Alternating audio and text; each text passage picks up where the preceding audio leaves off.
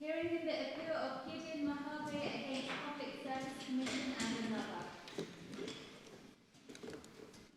Mr. Sipsad, just before we begin, can I mention that at 11 o'clock there will be the 2-minute silence for Armistice Day, and the court will stand at that time and will observe the 2-minute silence. I think there'll be an announcement. If there isn't, I will mention it at that time. So we'll break at that point. Yes. Certainly, my lord. And Mr. Sipsad, I think then you have an application to make. Yes, my lord. The application is for an extension of time for the filing of the key documents bundle. It is a joint application by both parties. I apologize that it was sent to the court late. Yes, can you tell us why it was sent so late? It's completely unacceptable from the court's point of view, obviously. I found myself having to call for documents which I wanted to read to prepare for this case, and they weren't there. So please explain. Yes, ma'am. I'm terribly that, no. Some pagination difficulties and formatting difficulties in the pagination difficulties and formatting can explain the delay in filing the documents. Well, Lord, the documents that were used were from the original bundle, and when they were prepared into the the key documents bundle, my lord, there was some difficulty, and I think it was rejected at the first stage by the registry, and it had to be redone with the assistance of both sides. Right, but presumably it was rejected because it hadn't been done properly in the first instance. I mean, why yes, my lord, hadn't it been done properly in the first instance? Well, there was some difficulty with the optical character recognition, from what I understand, my lord. That wasn't picked up in the editing. Well, all I can do at the moment is register the dissatisfaction of the court with this situation. I think those instructing the respondents are used to the procedures in the Privy Council, and they are there for a reason, which is to assist the court to be properly prepared coming into a hearing. As it is, all the justices have had to read this case over the weekend rather than during normal working time, and it simply isn't acceptable. I'm not sure we can take it very much further because we, in fact, have read all the documents, filed late though they were, and at some considerable inconvenience to ourselves. So I'm looking at my colleagues. I think we're minded to allow the extension of time, since we actually need to have these documents before us for this hearing to proceed effectively. So we'll allow the documents to go before us, and I invite you to proceed with your appeal. Yes, my lord. As a matter of housekeeping, my lord, there have been three actually, supplemental authorities bundles filed. So there are from the appellant, there is one supplemental bundle of authorities, which includes a new case, it includes a clean copy of a case which was unfortunately marked in the original bundle's authority. That is Harinath Ramuta. The respondent has filed two supplemental authorities. One is Oliveri and the Chief of Defense Staff, which corrects an error in the original file document. It wasn't the correct report. And I believe yesterday there was another, sorry? I think yesterday there was, sorry. Yes, yesterday there was another further supplemental authority by the name of Shirley Sukar, filed by the respondent, my lord. Yes. So, my lord, that is a matter of housekeeping. With leave of my lord and my ladies, if I can proceed. Yes, please do. Thank you, my lord. So, my lord, it's really an appeal on two very distinct points. The first point is the jurisdiction point under Section 121. Section 121 is the vesting section under the Constitution that vests powers in the Public Service Commission. The Public Service Commission is the first respondent. The second respondent is the Commissioner of Prisons. Our case, the appellant, is simply that under Section 121, there is no power to promote former office holders. And to do so would be ultra vires Section 121. And in terms of former office holders, we have, on the facts of this case, three classes of, if I can put it in that way, former office holders: those who retired, those who resigned, and we have one gentleman who was unfortunately deceased. Now, there is no, on our case, well, there is no distinction between the three other than the fact of, well, a resignation is a voluntary act. The other two, retirement and being deceased, they're obviously not voluntary acts. But in law, there is no distinction. Now, this is important for the following, for a simple reason, is that there were 5 officers who were retired and resigned and were promoted. The appellant missed out on his promotion by 1 placement. He was at 181 and 180 before him were promoted. So, in effect, to put it shortly, the appellant has been looking to make up 1 place. So, turning to Section 121, my lord, which is set out in the authorities bundle, and it is also in set out. Is it right to assume that actually there must have been only 175 vacancies, because if 5 of the people who were appointed were not going to take up their posts because they were retired or resigned, then presumably there weren't 5 posts left vacant. There must have been 175 vacancies. Is that fair? That would appear to be a logical conclusion, and it is one of the points that we will make, is that when you appoint somebody who has retired, you create an immediately vacant post on that appointment. But what is clear is that there were 180 vacancies which were filled.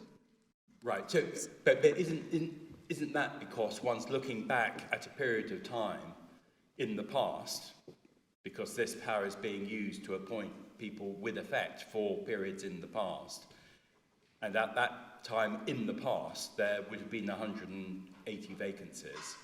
It's just that if someone has, for example, retired, the retrospective appointment of them to that post for some earlier period of time has an effect in terms of increasing perhaps their pension or something like that in the present. But it operates as an appointment for the period of time in the past. Yes, my lord, as a substantive appointment, that is correct. Following on from my lady's question, it is clear that at one point it was said to have 79 vacancies, and that was in September of 2012. By April of 2013, that number had morphed into 180 vacancies. There is no evidence on the record as to how this occurred. What changed? But why does that matter? I mean, your point, as you say, is a pure point of law on this part of the appeal, which is to the effect, you say, that the power under Section 121 of the Constitution does not allow the Commission to appoint people in relation to a period of time in the past. Yes, my lord. That point I just made. Unless they are still in post at the time when the power is being exercised. That's as I understand your point. That is the point, my lord. And the point I was making is more relevant to the second issue, which I will return to. But just returning to 121, my lord, it's very clear on its face that there are no words that appear to... Ms. Sipsag, could you give us the bundle reference just so we can follow the point that you're now... 562. My lady is assisting me. 562, I think, is the reference. It is 562 to 563, yes. Yes. So, On the face of 121.1, it makes no reference to a former office holder. It simply says officers holding office, and there's under the definition section, which is section 3 of the Constitution, which is at electronic bundle 558, public office and public officer is defined, and public officer is defined as a holder of any public office. So the first submission will be, my lord, is that on the face of it, it makes no reference to a former public office holder. And the term, the words used appear to only admit of an interpretation where it is dealing with the power in relation to current office holders. But at the point at which these officers were assessed for promotion and effectively promoted, they were all office holders, weren't they? Considering the retroactive promotions, yes, my lady. Yes. So on that basis, why don't they fall squarely within the language of section 121? So, Because at the time, yes, sorry. well, it's just I'm looking at the wording now on page 562. It's a power to appoint persons to hold or act in offices. So the power is being exercised for these 5 people to hold office for a period of time in the past. Yes, my lord. In relation to the powers under 121, there is a distinction between, well, I'll say there are 2 sets of powers. In that part of the section which my lord just read, power to appoint persons to hold or act in offices to which this section applies, my lord, we have made the point that that is in relation to a first appointment. The other powers, including power to make appointments on promotion, transfer, and confirm, and disciplinary control, all relate to current office holders. How do you get that out of it? Because I mean, the power to make appointments on promotion is included in the wider power in the first part of section 1211. Yes, my lord. Well, my lord, to promote, you have to be in an office in the first place. That is the first point. And they were, in the relevant period, they were in an office in the first place. That's what Well, we're my lord, asking you. yes, the relevant period in which they were, the relevant period for which they held office was the assessment period. They became, when the retroactive appointment was made, it was retroactive to the effect that they were appointed as PO2, prison officer 2, from that date. But the material time... From what date? I'm so sorry, Mr. Seepsad. You said they were appointed from that date. Which date do you mean? The retroactive date, no, there were several retroactive dates, the 11th, 12th, and 13th, I think 14th of December, 2011. Right. So you can only promote if you're in an office. Only be promoted, rather, if you're in an office. And But you're not suggesting, are you, Mr. Seepsad, that any of the 5 were not in office as at the 14th of December 2011? No, I am not, Mullen. No. Sorry, no, I am not, Mullen. So in the period of assessment for promotion, they were in office, and on the date of the promotion, the last date that promotions could take effect, these were all officers holding office in the... Yes, Mullen. Thank you. Yes, Mullen, that is correct. Where the parties... What do you say then is the key date on which they were not office holders, which you say makes it ultra vires to appoint them? What is the date at which you say they needed to have been office holders in order for their appointments to be valid? The 9th of April 2013, milady, that is when the decisions were made to effect the promotions. And I was just about to indicate to the court that where the parties do join issue is what is the material date to assess the respondent says it is when the appointment took effect retroactively. The appellant says it is when the jurisdiction was under 121, which is the 9th of April 2013.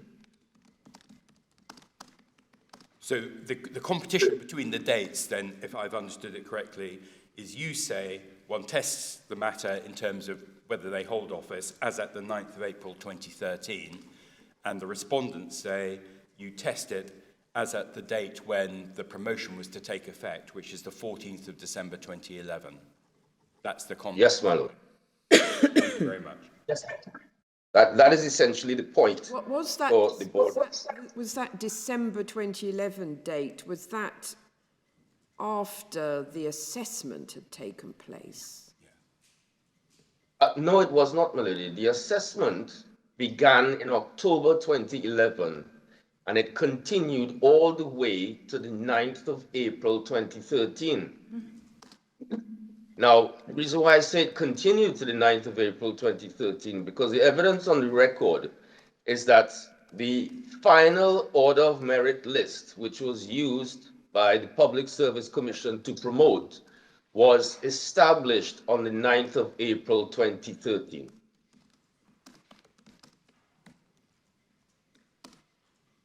Right, but can you assist me at how that worked? Because, as I understand it, the order of merit list was going to be used to choose people who were going to be promoted in the period from the 14th of December 2011. But those were, it was officers in the period from 14th December 2011, which were going to be filled by reference to the order of merit list. The difficulty, as I understand it, is that there were continuing debates about the assessment for placement on the order of merit list, which continued, I think you say, down to the 9th of April 2013. But nonetheless, conceptually, what was being sought to be achieved was an order of merit list which could be used for choosing people who are going to be promoted with effect from the 14th of December 2011. Is that right? Well, my lord, well, the order of merit list, my lord, when we come to that point under Regulation 168, the order of merit list was for the purpose of prisons making promotions and recommendations. It is very clearly stated at the heading of the first of the General Order 78/2011. As for the date of promotions, I can't assist the court with that because there was never any evidence upon which there was a basis for the appointment dates. What is in evidence is that there is a memorandum, and I will give there is a memorandum that says, one moment, my lord, if I can just. There's a memorandum that says, which is at EB, Electronic Bundle 299. There's a memorandum from the Director of Personnel Administration in the Public Service Commission to the Commission of Prisons. 1, 2, 3, 4. At bullet 4, it just simply says promotion would be made from a common date, provided the dates of the vacancies can accommodate such a decision. That is the only indication we have as to a choice of date. There is no indication in the evidence about vacancies, how many were available on the 11th or the 12th or the 13th or the 14th. But it does appear in the promotion list that to preserve seniority, the various dates were selected, so that the first 20, for example, were given 11th of December, and the second 20, and I'm using 20 as an example, were given the 12th of December. But there is no basis in the evidence for the selection of the date of appointment. But forgive me, I thought you had told us earlier in your submissions that the effective date of appointment, as in meaning the date from which someone would be treated as a holder of the office, was the 14th of December 2011. Are you now telling us that there's a series of other dates? Oh, yes, my lord, I had indicated the 11th. Let me take, You said my lord, dates today. before the 14th of December, but the 14th of December was the last date you said. I think so, yes, that is correct, my lady. The 14th of December would have been the last date of effective promotions. All right. No, what I was just indicating, my lord, is that I cannot say, because there is no evidence, as to why those dates in December 2011 were chosen. Yes, I see. Yes, I see. But again, going back to the force of the point you're making, it doesn't actually matter for your argument on this part of the case why those dates might have been chosen. You're simply saying the power was exercised on the 9th of April 2013, by which time these 5 people were no longer officers, and they could not have been appointed with effect from actually whatever was the earlier date, but you know that the latest of the relevant earlier dates was the 14th of December 2011, and that is your point. Yes, my lord. Yes. Right. The point that point raised as the dates of appointment take us to the next point, section 121 point, which is promotions. Now, I've already touched on that as what is the material for testing the exercise of that jurisdiction. But there is something intrinsically, and my lady, for where you are using retroactive appointment to cure a defect in jurisdiction. It must be a valid exercise of jurisdiction in the first place before you come to determine whether it is valid on the basis of activity. If there is no power under section 121, then it is ultra vires, and whether you make it a retroactive appointment or not does not assist in terms of vires. Moreover, the reliance on T is somewhat tenuous.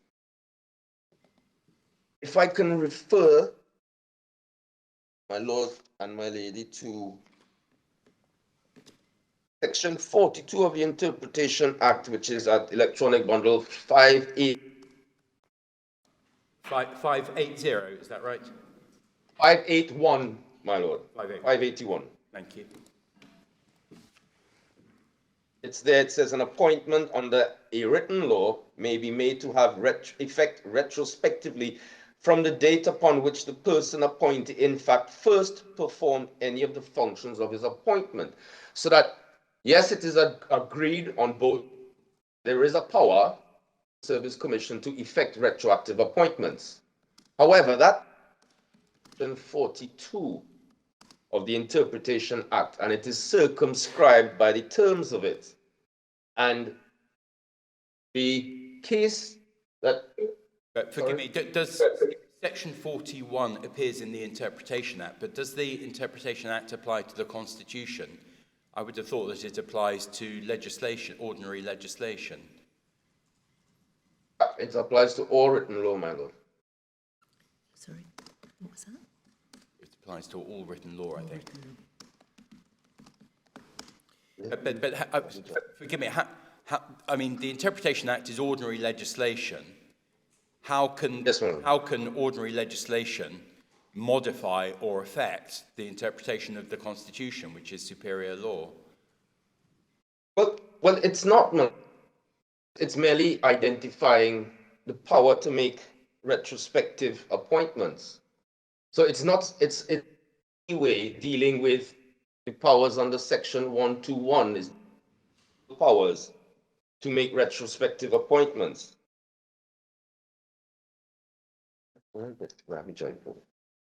And if I can just refer, my lord, to... Forgive me, Mr. Seepstad. I'm not sure that's answering my question. We've got Section 121, which is a provision in the Constitution, and we can read that, we can interpret that on a standalone basis. You're pointing us to section 42 and saying, well, section 42, whatever may be the ordinary interpretation of the Constitution, affects that interpretation, and we should interpret the Constitution as though modified by section or governed by section 42. And my question is, how can that be right when section 42 is in inferior ordinary legislation? Yes, my lord. No, my lord. Let me recast this submission in this way, my lord. What I was pointing to, I apologize for not making it clear, my lord. The reliance, prospective or retroactive appointment by the respondent is tenuous, because if you look at section 42 in the Interpretation Act, there's circum to only being exercised when that person so appointed first performed the functions of his appointment. Right, but if this doesn't govern the Constitution, then we just look at section 121 of the Constitution, don't we, and decide what that means. Mr. Sipasad, I think... Yes, but yes, Lord. I'll ask you to pause. We ask all those in the building at this time to stop what they are doing and prepare to stand in a moment of remembrance for those who gave their lives in 2 world wars and subsequent conflicts. I will announce when the 2 minutes are over. Yes, we'll stand, please.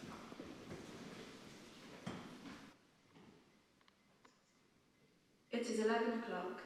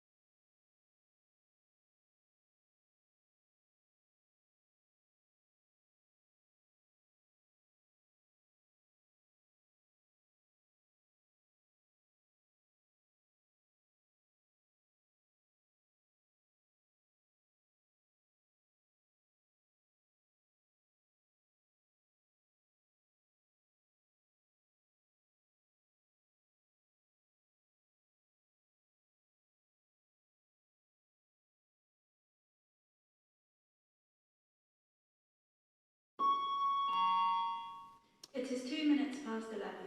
Thank you for your mark of respect. Thank you. Thank you, Mr. Sipasad. Please be seated again. Ms. Sipasad, I think you're answering my question, so please continue. Sorry, yes, my lord. Can I just refer, my lord, to the recently produced authority, which is in the Appellant Supplemental Bundle, and that is at number 2, Ravi Dudnath Jaipal, which begins at page 12 of that supplemental bundle. A decision of the Court of Appeal. Just before we go to it, was there anything additional you wanted to say about the applicability of Section 42 of the Interpretation Act to the Constitution? I'm going to refer the court to this decision to round it off. That point, does it? Okay. Yes, ma'am. So this is a decision of the Court of Appeal where an appeal, it was directly an issue in the appeal whether an order under the Constitution, Section 14, which clearly has much broader powers than a judicial review court, an order for retroactive appointments should be made in the circumstances, or could be made. And if I can just direct the court to paragraphs, I won't go through the paragraphs, but they're there, a paragraph 83 to 85. Page? And that is at page 47 and 48 of that supplemental bundle, my lord. Thank you.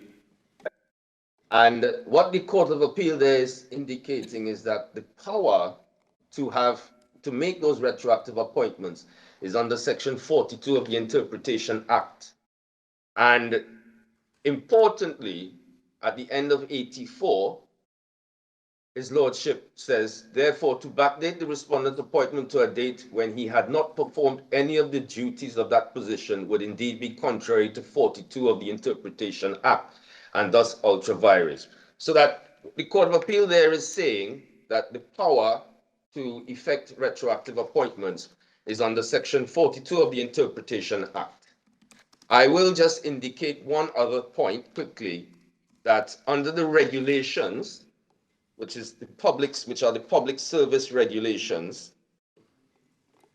at regulation 31, it does indicate regulation 31, subregulation 2, which is at electronic bundle 628. It does say the date of appointment on promotion shall be such as the commissions shall specify. This is just a very general regulation. It does not afford the jurisdiction to make retroactive appointments, and that is preserved. That power is under Section 42 of the Interpretation Act. It's the point you're making, Mr. Seepersad, that Section 42 allows, for example, your client's appointment on promotion in 2014 to be backdated to a point earlier, yes, but that was because he was in post actually in 2014. But if he hadn't been in post, then it would have been ultra vires to promote him, and you can't cure that by saying, well, we'll backdate the promotion to a time when he was in post. That is exactly it, Melanie. That's exactly it.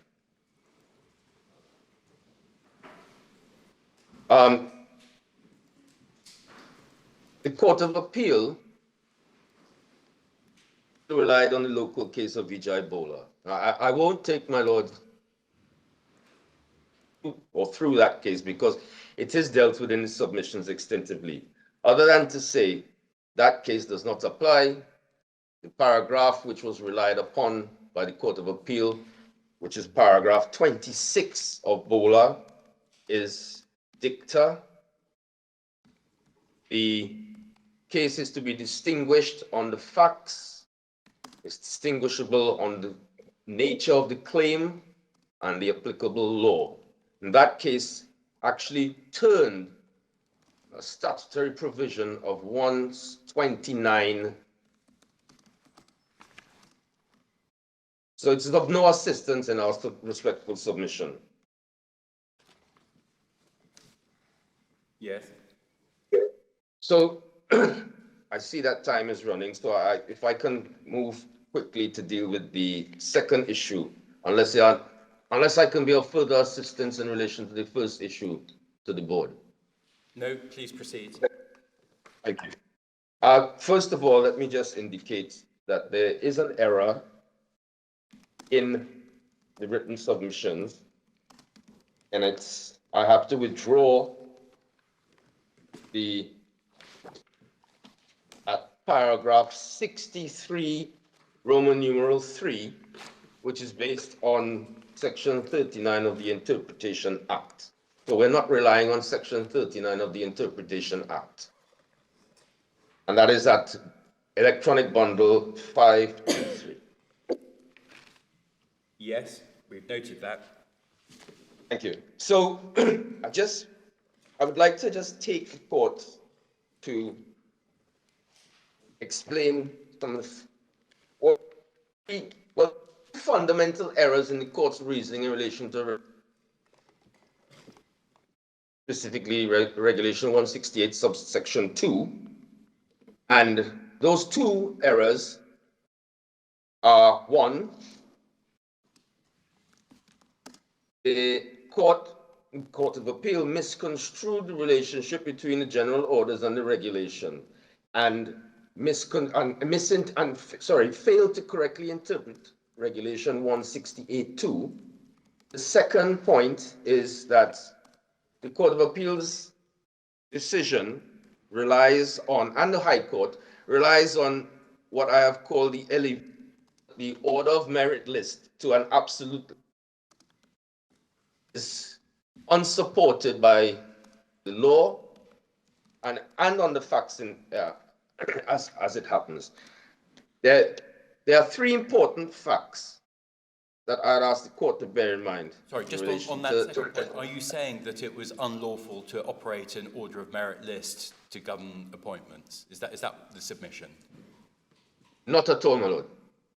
Well, the order of merit list. Your second point again, so that I can understand it. Yes, right. The order of merit list was the result of an assessment under General Order 80 of 2011, which is an internal policy document issued by the Commissioner of Prisons, where there's a point system. The result of that assessment is tabulated in the form of an order of merit list. That order of merit list assesses the relative eligibility of officers for promotion. The Commissioner of Prisons must make recommendations, and the tool which is used, and I say one tool only, one consideration, is the results of the order of merit list. That is, the order of merit list has no statutory underpinning, and the point is made in the submissions that it's carried forward from the old set of regulation. It is merely a procedural tool used by the Public Service Commission and the Commissioner of Police. It cannot be elevated to a list of promotion without any more. Without more being done, it must be adopted in some way, shape, or form by so that it is wrong to treat an order of merit list in these circumstances as the list for promotion. But I mean, isn't that the very nature of an order of merit list? That no, no, my lord. It says people are to be appointed in this order, reflecting their merit based on an assessment that's been made. No, my lord. If I can explain why. Yes. The order of merit list, as I've indicated, deals with the relative eligibility, suitability of officers to be promoted. The Commissioner of Prisons must make recommendations. Those recommendations may be made on the basis of an order of merit list, but it must be done so on the independent exercise of the Commissioner of Prisons. That is what 2A provides for. That is a necessary precondition to any promotions being undertaken. Because if you look at it's actually a very detailed, complete code that follows on from the making of those recommendations, decision of the Public Service Commission. So are you saying that it was a breach of the regulations for the Commissioner not to put forward a subset of the people who got onto the Order of Merit list and recommend some of them and not others to the Public Service Commission? Yes, my lady. He was mandatorily bound to do so by the statutory duty imposed on him by Regulation 168. So that, to put it in context, and it is raised in I believe it's Gopichan Ganga. The purpose of that is to have the input of the head of the department, the Commissioner of Prisons, who must have, sorry. What if he decides he wants all of the people on the list? What's the point of, I don't understand. But he can't. He can't. He can't say he wants all of the people on the list, my lady, because then that would make the scheme, the legislative scheme under 168 completely unworkable. And that is touched upon in Romain at paragraph 27. And I'll just get that.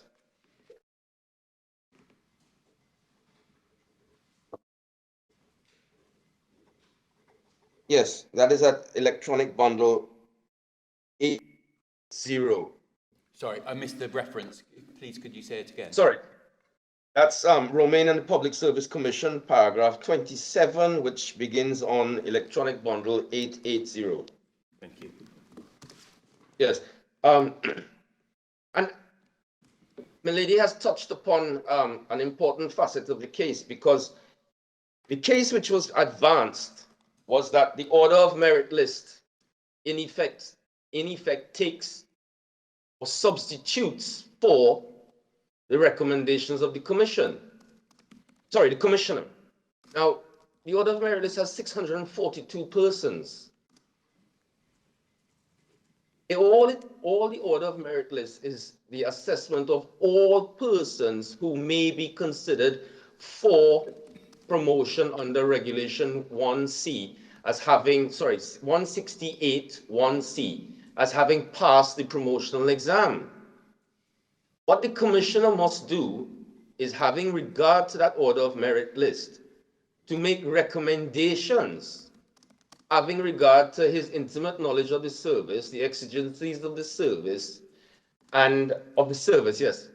And it is entirely possible, and it must be entirely possible, for flexibility is required in the process, for a commissioner of prisons to say, I'm a person who is at number 200 and recommend him for promotion because he has a specialist skill which we require in the prison service. And an example which I have used before, which is particularly apt for nowadays, is the issue of gangs in prison. So you have a situation where gangs have to be managed, violent gangs have to be managed in prison, and you have an officer of some seniority who has undertaken management courses for gangs in prisons and criminology and so on.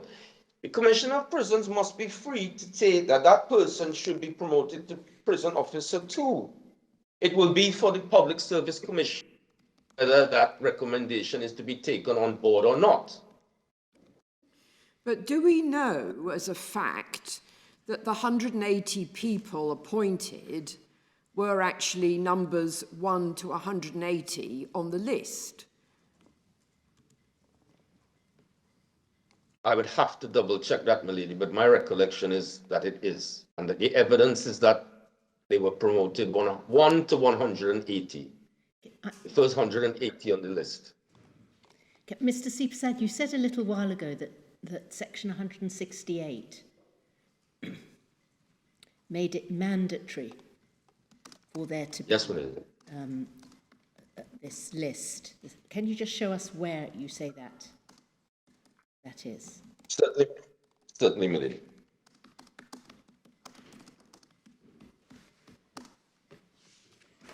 At electronic bundle 631 is regulation 168, and subregulation 2, which is at electronic bundle 632. It says the Commissioner of Prisons shall, after taking into account the criteria specified in regulation 172, submit to the Commission a list of officers in the 2nd Division. And we have a number of authorities from all levels of the Supreme Court which have made it clear that what this regulation does, it's a duty on the Commissioner of Prisons to prepare two lists. Those decisions are at footnote 34 in the appellant submission, which is at electronic bundle 517.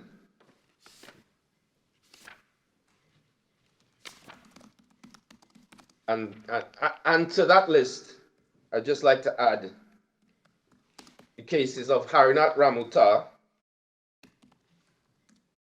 which is an paragraph 4 of Harinath Ramuta, which is at the electronic bundle 7,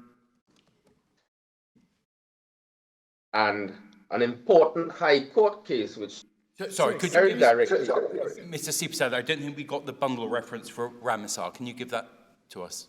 Right. Harinath Ramuta, which is at the electronic bundle 716. It begins at 716. And I'm directing the court to paragraph 4, which is on electronic bundle 718. Right. And there is another case which is particularly important because it's very direct, most directly on point, which is Charles Fredericks, which is a High Court,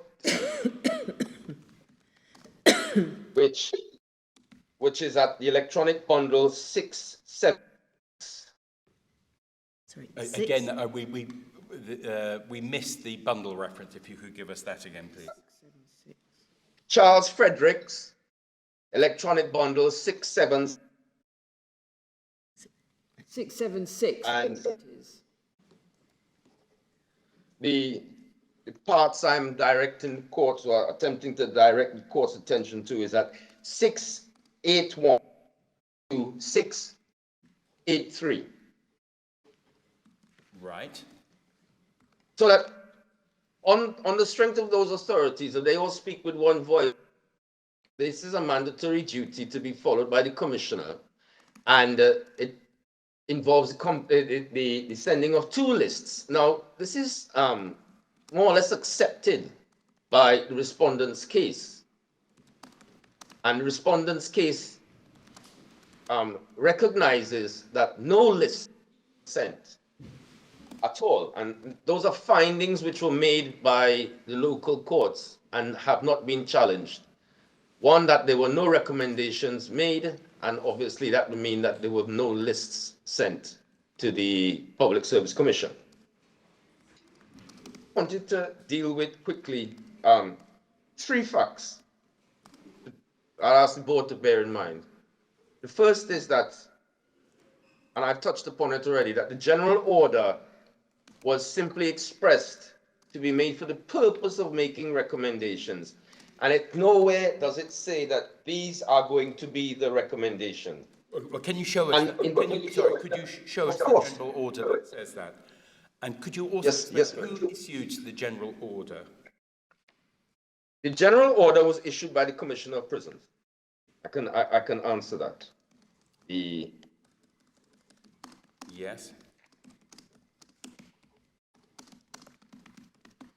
I think it's... There are two general orders. One supersedes the other, but it has only the effect of changing a mark. So if I can refer the court to electronic bundle 41. And at the top of that document, says criteria for recommendation for promotion, 2nd Division.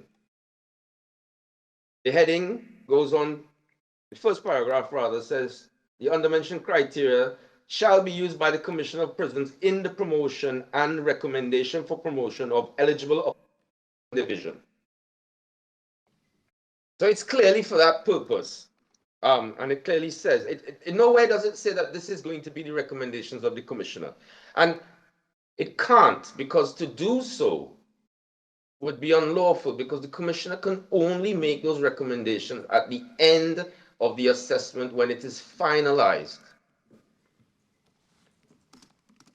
And if I can also just draw board's attention to electronic bundle 45, which is the last line, and it says,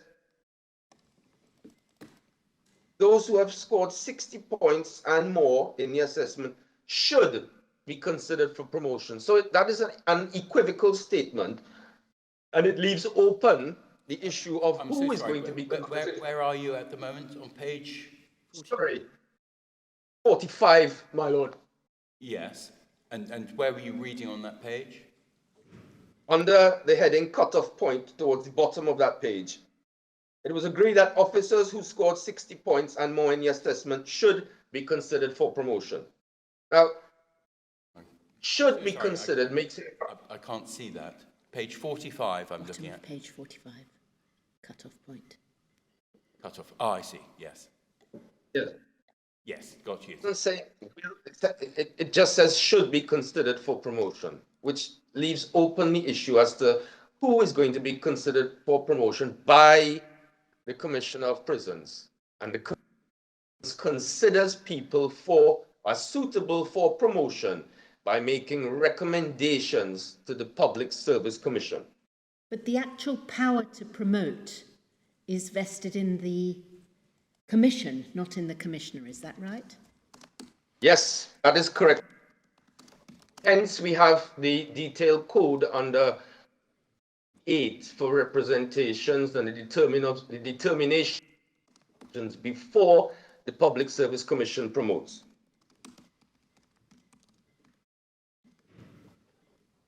The second fact that I ask the court to bear in mind is the memorandum of the 11th of December 2011. Sorry, just before we move away from what we've been discussing, Yes. how does your client's case work in relation to this? Because on the first of your appeal points, your client is seeking to rely upon his place in the order of merit list, because he says, I was 181. If you knock out the 5 people, I would be within the first 180 positions on the order of merit list, and as I understand the argument, therefore ought to have been promoted. But on your second point, you seem to be actually saying that simple reliance on the order of merit list is unlawful. So could you explain how your argument works on your second point? I understand it on the first. Yes, my lord. Well, my lord, on the second point, what is actually being challenged is that by which aid and the appellant was passed over, bypassed, was unlawful in the sense that the necessary step, legal step of the recommendations of the commissioner simply had not been taken. The Public Service Commission proceeded with regard to the provisions of 168. Therefore, the entire process by which the appellant was bypassed is unlawful. It's procedurally irregular. It's a breach of the regulation. Right, so but just so that I understand this, the logic of that would seem to be that your client could not succeed on his first point, because the first point, as I say, depends upon his position within the order of merit list, and you're now saying reliance on the order of merit list was unlawful. I just want to understand how the two things fit together. Oh, yes. Sole reliance on the order of merit list would have been unlawful, but that is not a point which is on the appeal. I'm just pointing out, in so submitting, I was pointing out the effects of the order of merit list, and that the order of merit list is not an absolute list for promotion. It cannot be. Right, so, okay. Yeah, so that would be inconsistent with your first point, but I understand you're developing your second point now. So if you continue Yes. with the second Yes. point, so we can understand that. Right. So yeah, the second point is in relation to Regulation 168, and I think I may have referred the court to it already, which is electronic bundle 241. Yes, there's a memorandum of the 21st of December 2011. That memorandum at paragraph B says, in making the promotions as prison officer 2, and this is addressed to the commissioner, you should follow the procedure outlined at regulation 168.2 of the public service regulation. Now, just quickly to explain. Sorry, that was a delegation, as I understand, that wasn't actually invoked ultimately. So does it matter? Well, it matters in this way. And let me just tie off what my lady was indicating. Yes, that is because the promotions at that time were intended to be effected by the prisons under his delegated authority. It turned out that it did not happen in that way, and the Public Service Commission took over the promotion exercise, and they promoted on the 9th of April 2013. The point is this: when the Commissioner of Prisons was directed to make the promotions, the Public Service Commission made it very clear that 168.2 was to be complied with. That can only be a reference to the making of those recommendations, the list of those recommended, and the list passed over. What appears to have happened is that when that changed so that the Public Service Commission took over the promotions and itself, not to adhere to regulation 168.2. There is no explanation as to how, or why rather, where the Commissioner of Prisons was to make the promotions that he had been directed to 168, so that the Public Service Commission's position before the 9th of April 2011 was that regulation 168.2 had to be complied with.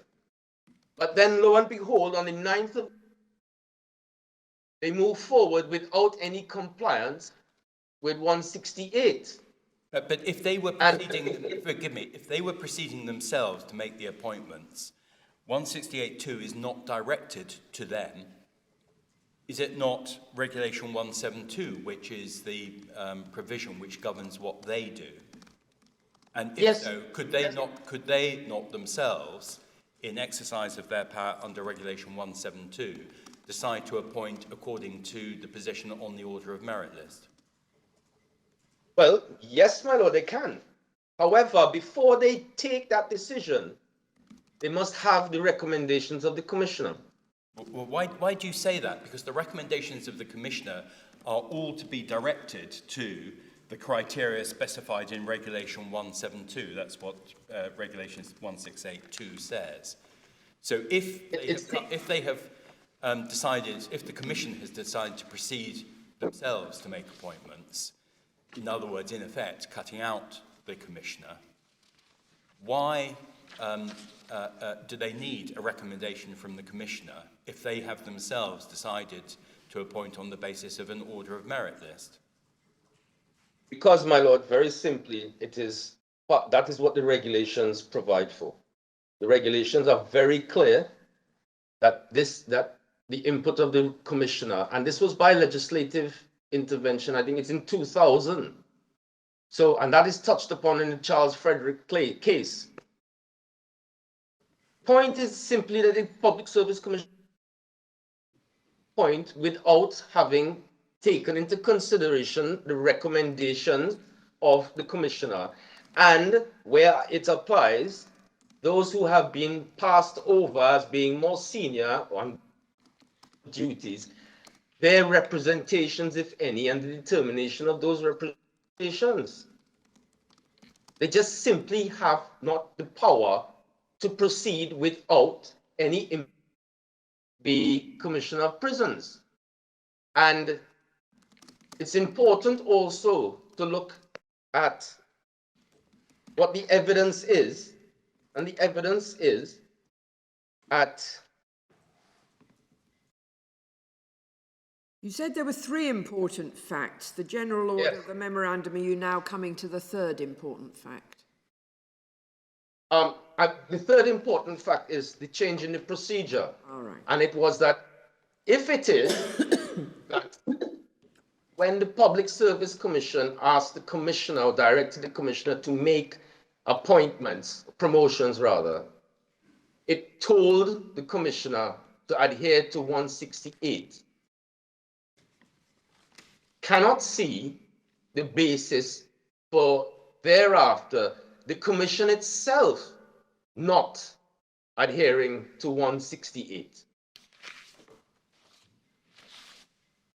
It would seem to me, my lord and my ladies, to be of greater force where it is the Public Service Commission making the promotions rather than the commissioner.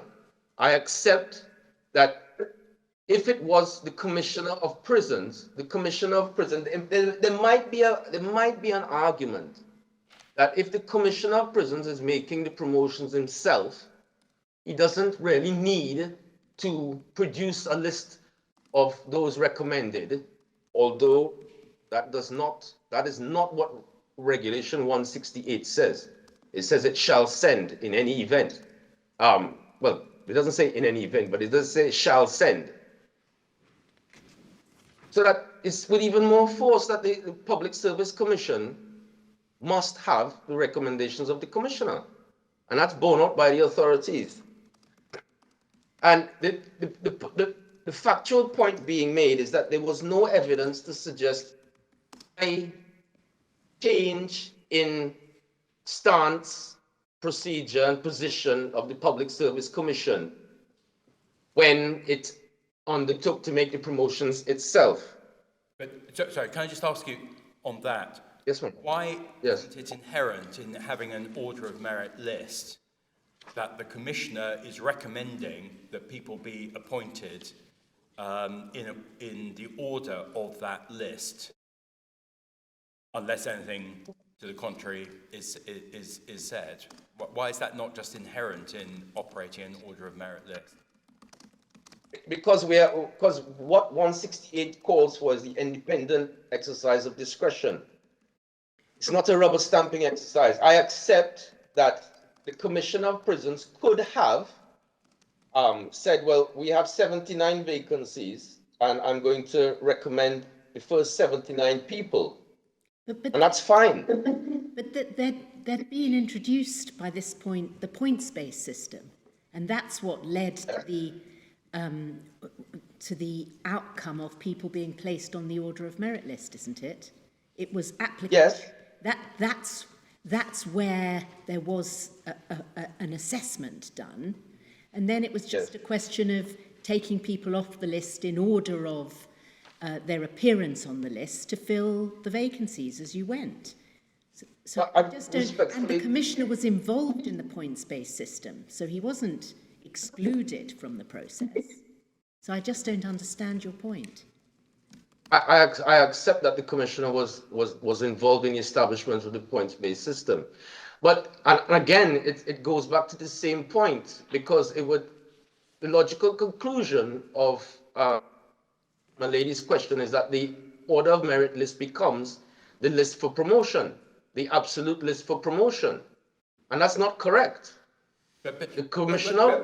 Mr. Sipsad, why could it not be analysed in this way, that the commissioner has exercised his discretion by saying, I will recommend for appointment people in order as they appear on the order of merit list. And then he makes the assessment under the order of merit list, and then at the end of that, he puts into effect his exercise of discretion to use an order of merit list as the basis for recommending appointment. And you said you need an independent exercise of discretion. Why doesn't one have it through the choice to use an order of merit list. No, I entirely agree with what my lord has said, but the point is that didn't happen in this case. It would be speculation on our part to say that the Commissioner of Prisons would have simply just approved the first 180 on the order of merit list. Because what is clear is that the Commissioner of Prisons did nothing. And if I can just indicate to the board at electronic bundle 295, which is the affidavit of I think it's the permanent secretary. Miss Ingrid Stewart. Yeah, the acting permanent secretary. And at paragraph 9 of 295, she makes it very clear. The Commissioner of Prisons never made recommendations, has not done so for years, so that the Commission requested him to supply a list of vacancies, and the Commission sought to fill by promoting a first batch, and left the Commissioner to promote the others pursuant to his delegation. But this is very clear that nothing was done by the Commissioner. The Commissioner could have... forgive me, other than to construct an order of merit list. I mean, the Commissioner was doing that. That wasn't constructed by the Commissioner, my lord. But that was sent... He was involved in constructing the order of merit list. No, the order of merit list was sent by the Public Service Commission, who established the order of merit list to the Commissioner of Prisons. Right, so he was not involved in marking people as to their... No, there was a separate assessment team established for that. Yes, all right. So what happened basically was if you look at the general orders at page 41 and 47, they are matching what's the different criteria in section 1722A to K of the Constitution, and they are attributing points to those different criteria A to K. So they are stripping out any subjective element in the assessment of suitability and who's going to be recommended. It seems to me the idea behind it was this should not be a subjective view of the Commissioner. It should be much more transparent. These are the points you get for what you've done, these qualifications you've got, how often you were off sick, etc. And that's what the order of merit list is, right? So but you're saying that that's not what the regulations require there to be some kind of subjective input by the Commission. Yes. Not having this entirely objective point-based system. Even though the Commissioner was involved in deciding what points to be allocated, as was the Prison Service Association. So everybody agreed what points to be attributed to which criteria, as my lady says in 172. But you say, no good, he should on top of that have exercised some whim or subjective judgment. Is that right? Yes, he must exercise his own judgment and put that before the Commission. And the important reason for that is that once that is done under 2A, it triggers 2B, which is the bypass or passed over list. And that triggers the making of representations, the determination of representations. And the Public Service, the 168.6, cannot proceed to make those promotions unless the representatives have been determined.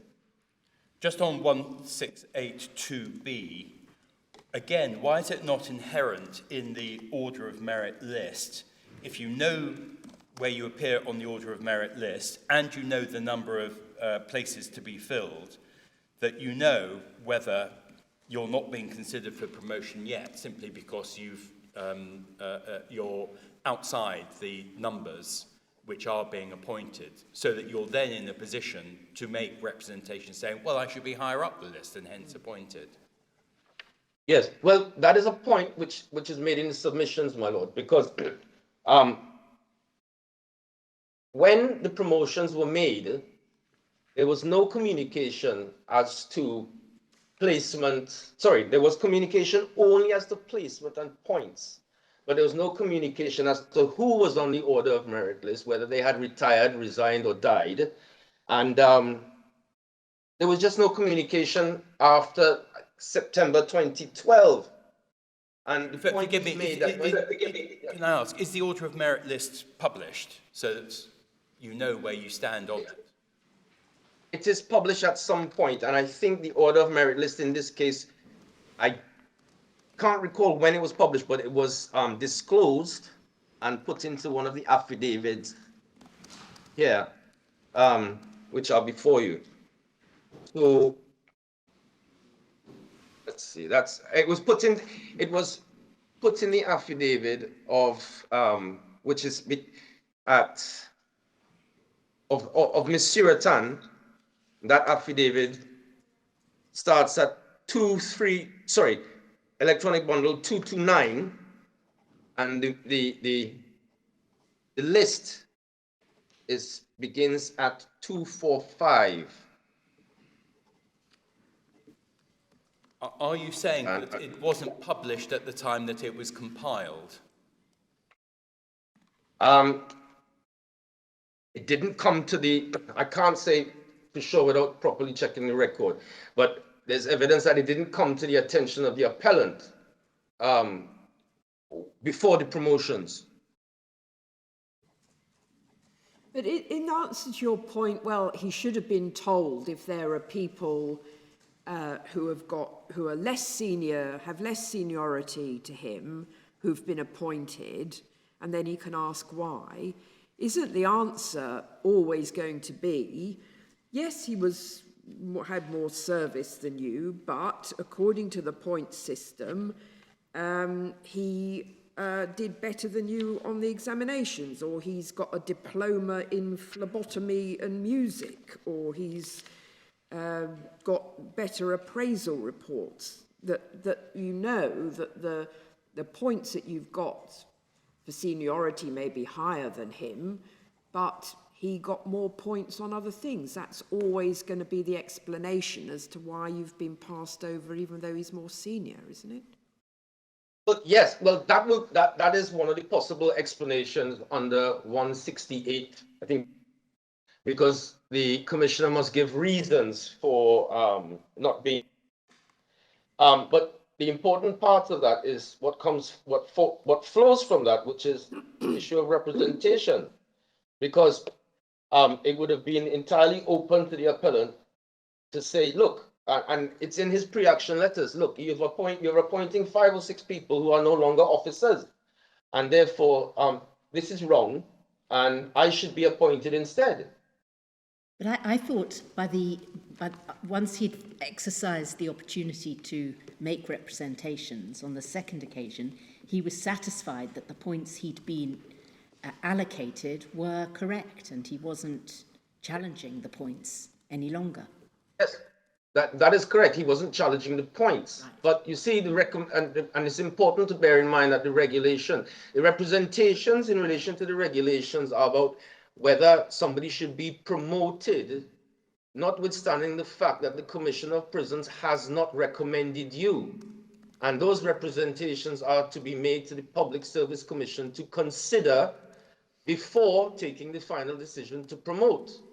Now, if those provisions are not, once those provisions are triggered, which we say that they are triggered, once those provisions are triggered, all the other provisions are triggered, and those provisions relate to giving the appellant, or any officer for that matter, a right to a hearing in the promotions process.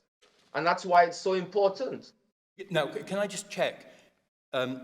Yes. The appellant did, I think, twice challenge the points he'd been allocated on the order of merit list. In relation to the third version of the list, he didn't, but he had done it before then. That suggests that he had been told about where he appeared on the Order of Merits list and what points he'd been allocated? Yes. Yes, that's in evidence on the two letters. Right. So, On the so first two letters, are you saying that he'd been told simply what his own points were and hadn't been given the full list of the Order of Merit? Yeah, that is correct, my lord. That is entirely correct. Right. And the final point is that there was no letter when the decision, at that material time when the decision to promote 180 people was being made. And the reason for that is simply, it's because... So can I ask, how did he know that he was 181st on the list when 180 people were appointed? The third letter he received, which came after the promotions, which was dated the 15th of May, 2013, and it was received by him on the 6th of June, 2013. Bearing in mind, the promotions had been made by on the 9th of April, 2013. I apologize. So can you give us just finally the bundle reference for the letter of the 13th of May 2013 that you've just referred to? And then, Mr. Seepersad, we've asked you a lot of questions. We've allowed you to go on somewhat beyond your time. So I think I'll have to ask you just to finish up within the next 2 minutes as well, unless you want to use up part of your time in reply. No, my lord.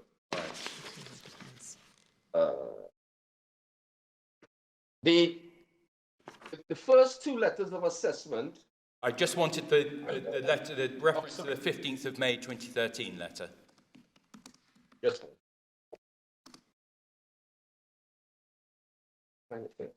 If you don't have it to hand, perhaps you can give it to us in your reply rather than us taking up time on it now. Yes, my lord. So, yeah, just to wrap up, so that the final point, my lord, is that that letter is at electronic bundle 81.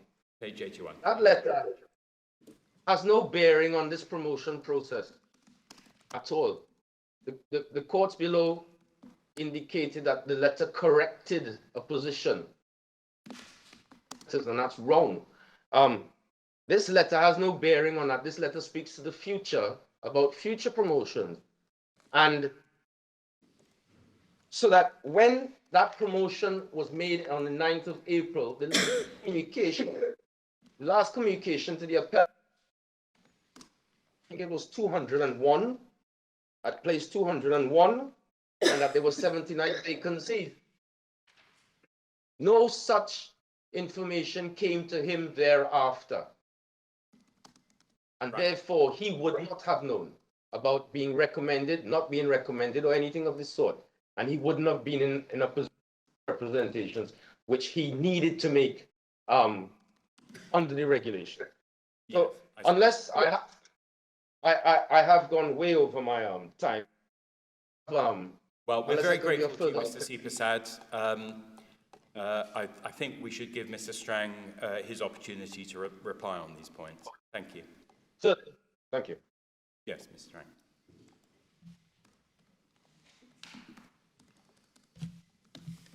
My lord, my ladies, I propose to deal with Regulation 168 first.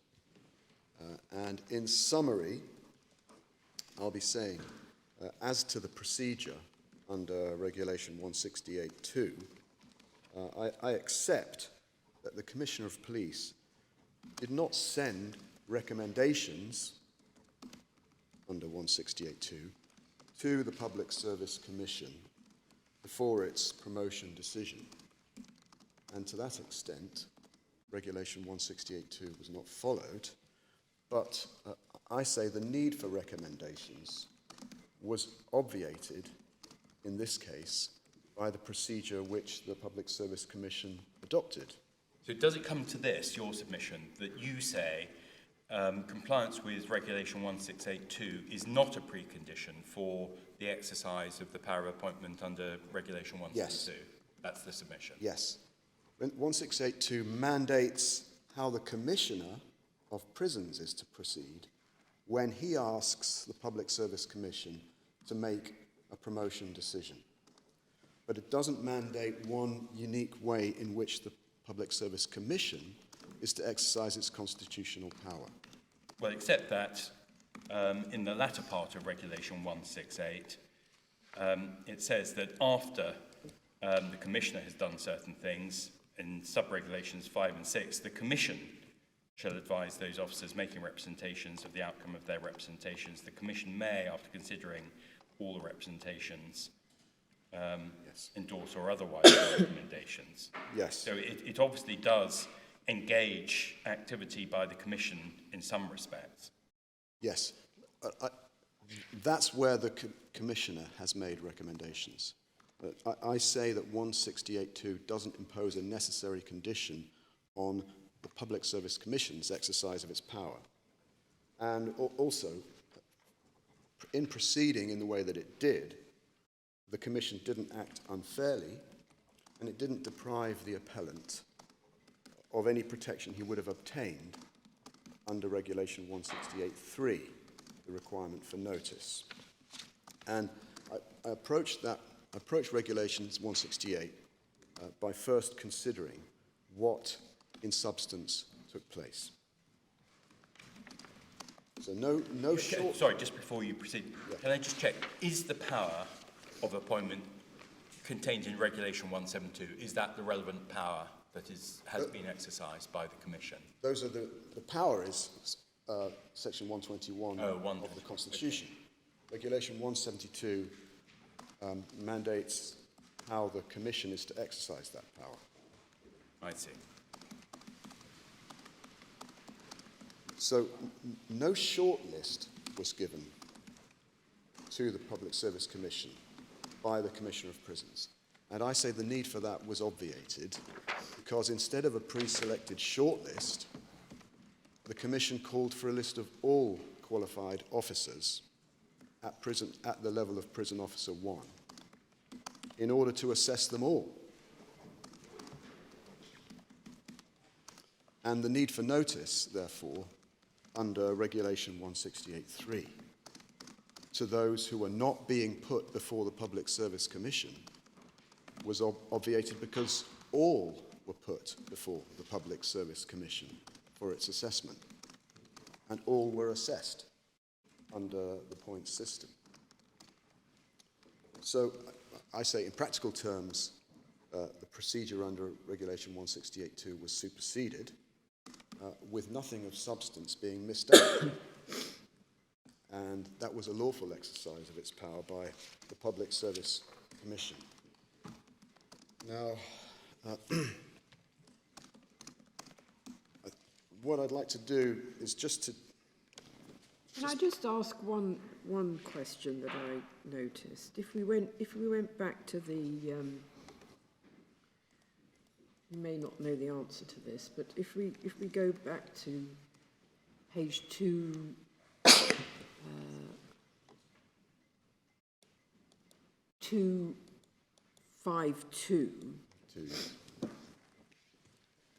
if we look at 180, 181 and 182, they seem to have identical numbers of points in each row. So do we know how the decision was taken, presumably that Mr. Benjamin would be appointed and Mr. Mahabir and Mr. Jawahir would not be appointed? That would be by date of first appointment. Seniority is a tie-break under the regulations. So although they all say they've had 15 years in the service, I see. in column 2, we can infer that Quinton Benjamin joined the service before Gedeon Mahabir.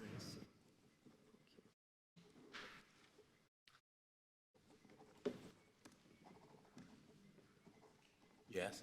So, I mean, just trying to understand the submission that you're making. It's almost like as I think of it, a synergy submission, that even though there are procedural provisions we see in Regulation 168 directed to an exercise of power, whether it be under Section 121 of the Constitution or Section 172 of the regulations, I actually find it difficult to separate those two out. As I'm understanding it, you're saying, although there's been a departure from the anticipated procedure in Regulation 168, the substance of it has been fulfilled, and Yes. one cannot, in those circumstances, say that a necessary precondition for the exercise of the power under either Section 121 of the Constitution or Regulation 172 has not been fulfilled, because in substance it has been fulfilled, looking at what has happened and the coverage to the full extent that of fairness that you would get under Regulation 168. Yes, I do say that. And I also say that if we look at, well, let's look at Regulation 168.2 right now, which is at page 632.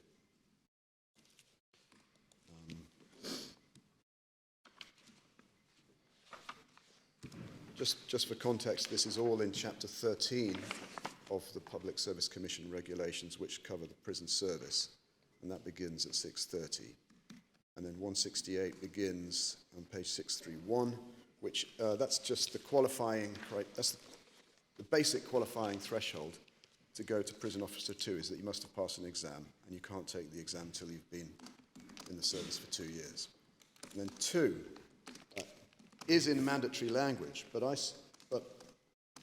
one has to ask who is being mandated and in what circumstances. And I say it's the Commissioner being mandated to do this when he approaches the Commission for a promotion decision to fill vacancies.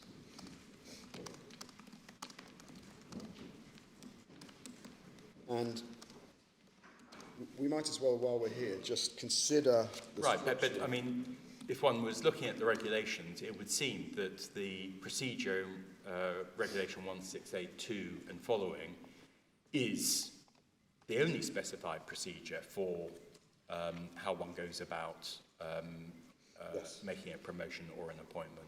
Well, perhaps I should start then just considering the general power to promote and what that entails, and what are the Commission's general powers under the regulations. So we've seen Section 121(1) of the Constitution, the power to appoint people to this office is vested in the Public Service Commission. And I would first make the point that the power to appoint persons to public offices and to make appointments on promotion must include certain ancillary powers. And it's a well-established principle of common law that the grant of power to a public body, in that grant are implied such ancillary powers as are reasonably necessary to enable the body to exercise its power. That's actually given a statutory footing in Trinidad in the Interpretation Act, although we've discussed how that, we've already discussed that the Interpretation Act doesn't govern the Constitution, but it's given recognition. Well, does it? I mean, I was asking questions. What do you say about it? The Constitution is supreme law. I would accept that point. The Constitution is a supreme law. But the point that he was making was simply that, and would you accept this, that the ability to backdate the date of promotion for somebody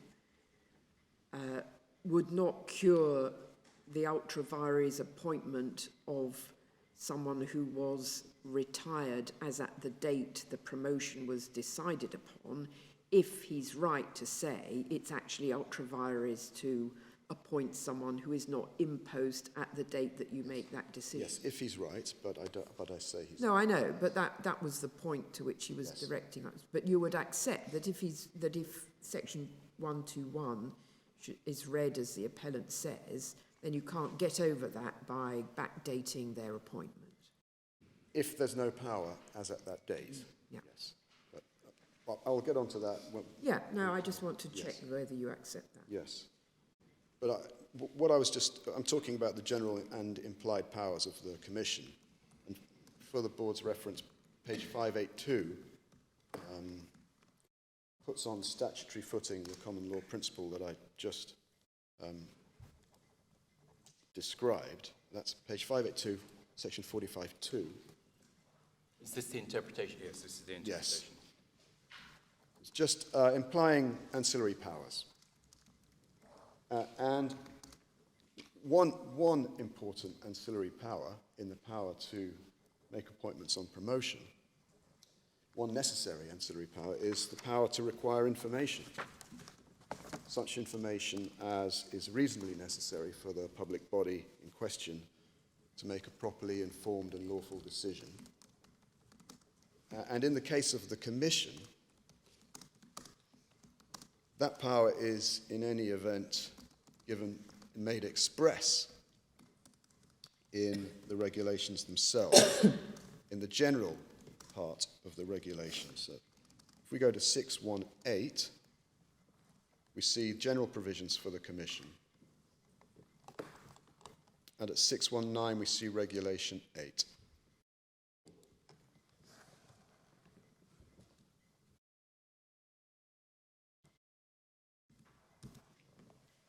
So the Commission can call for information and documents from any public officer, in short. And I'm drawing attention to that because I say that's material context for considering the specific procedures in Chapter 13. And I say in particular the power to require information is relevant to the question whether the Commission was bound to await recommendations from the Commissioner before making promotions.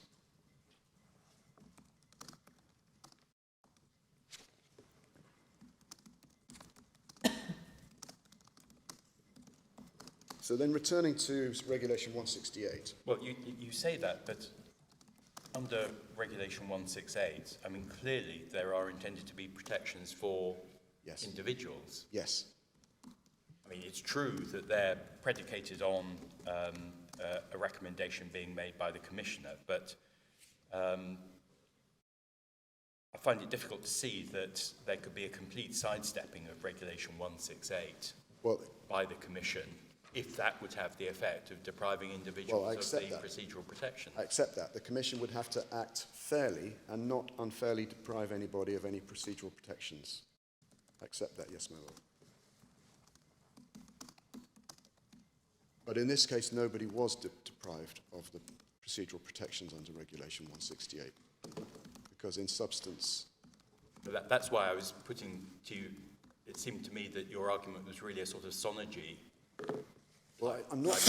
I don't mean to sidestep any procedural protections, no, my Lord. No, but I mean, you're accepting on this submission that there has been no operation of Regulation 1682.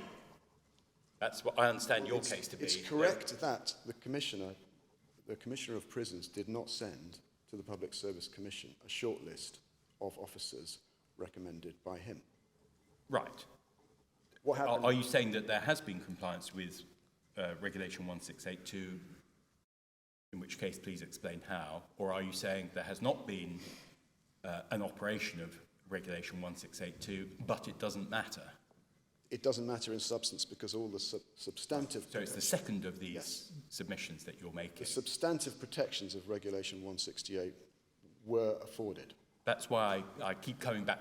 The case I have in mind is Sonegi, which says if there's been non-compliance with a procedural provision, a question still arises whether that non-compliance is such as to make unlawful events which follow thereafter. And there's a whole debate about how important the procedural protection is and whether there has been substantive compliance with the underlying principle or not.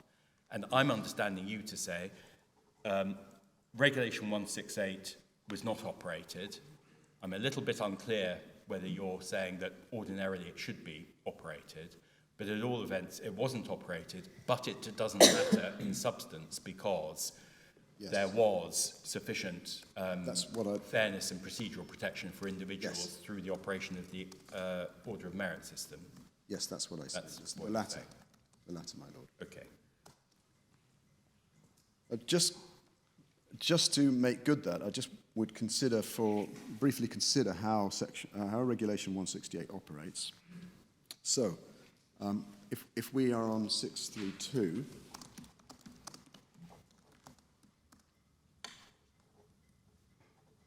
what we have at 168.2 is the Commissioner making his own provisional assessment of officers using criteria in Regulation 172.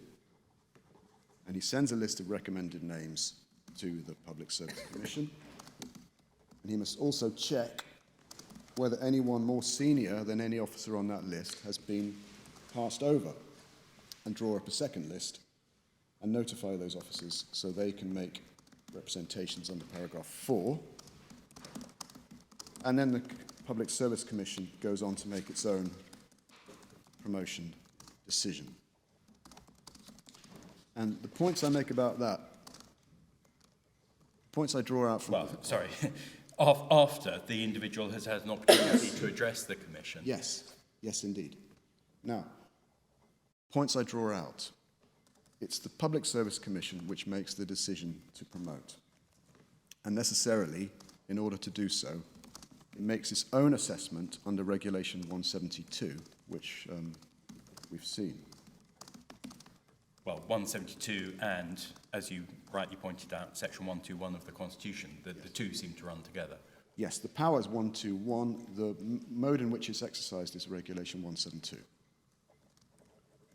Now, it follows that any assessment by the Commissioner under Regulation 172 for the purposes of 168.2 is merely provisional, because the decisive assessment is the Public Service Commission's assessment under Regulation 172. And I would say, make this further point, the Public Service Commission can't be restricted to choosing officers on the Commissioner's list, because the decision to promote is the Public Service Commission's.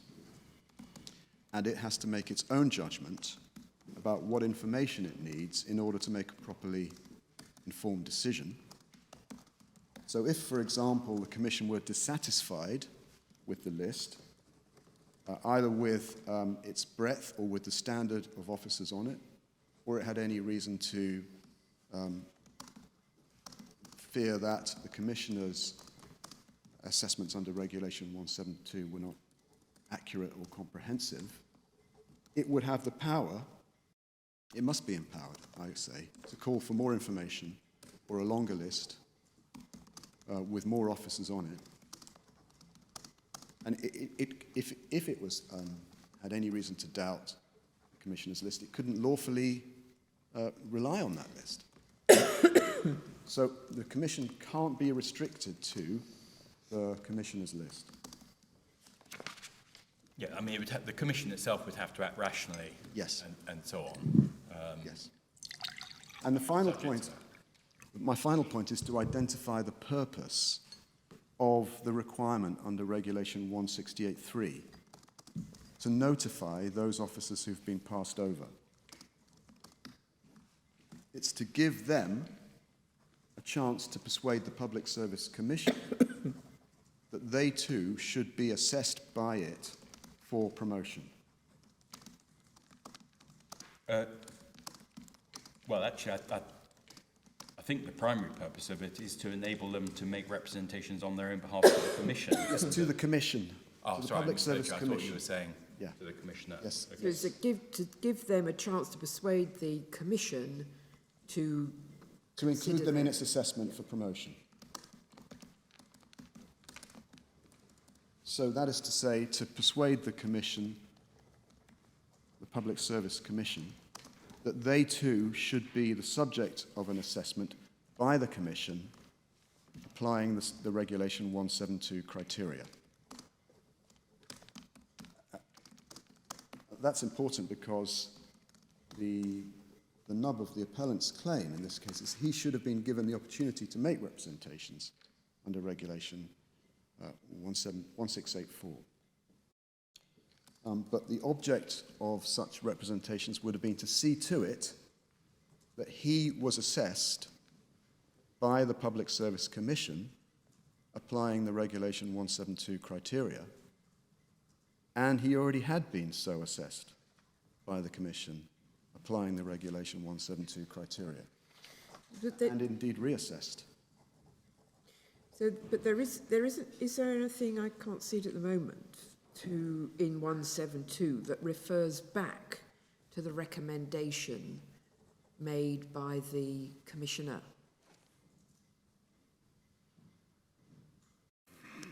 I'll just check.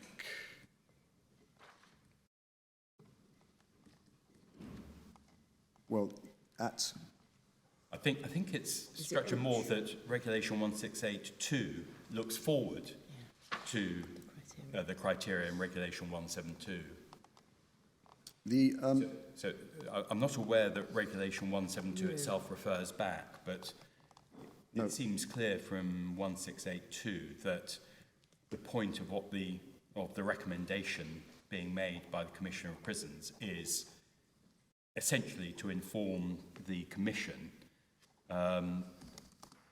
about relevant matters, taking account of the criteria in Regulation 172, which they themselves will apply. Yes, well, it's generally to assist,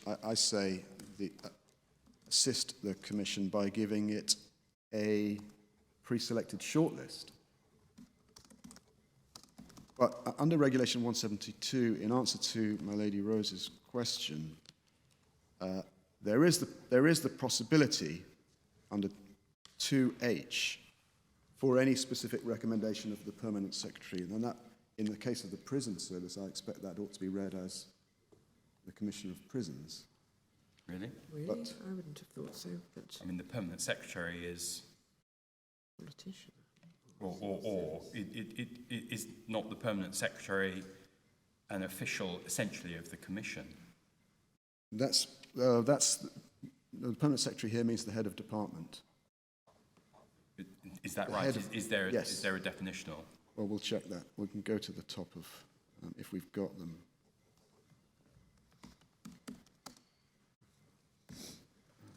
But one would expect it to say, one of them would be the list provided under Regulation 1682, but it doesn't say that. No, it doesn't, and that's why I say it's simply a provisional assessment to assist the Commission by giving it, an easier-to-handle shortlist. But in this case, rather than having a shortlist, in the particular circumstances... Right, but sorry, it's going to be a shortlist taking into account the criteria specified in Regulation 172. Yes. So in other words, as I understand it, the Commissioner is sort of trying to look ahead to, well, what will most assist the Commission to make its appointment? Yes. Bearing in mind they're going to apply these criteria in 172. Yes. And doing the best I can, taking account of those criteria, here's who I think Yes. would best meet those criteria. Yes. And if the Commissioner identified a specific need for a specific kind of talent or qualification, as suggested by my learned friend, that, I say, would be covered by 172.2h. But in the case of the point system, in the absence of such specific recommendations, the point system is performing the assessment under Regulation 172.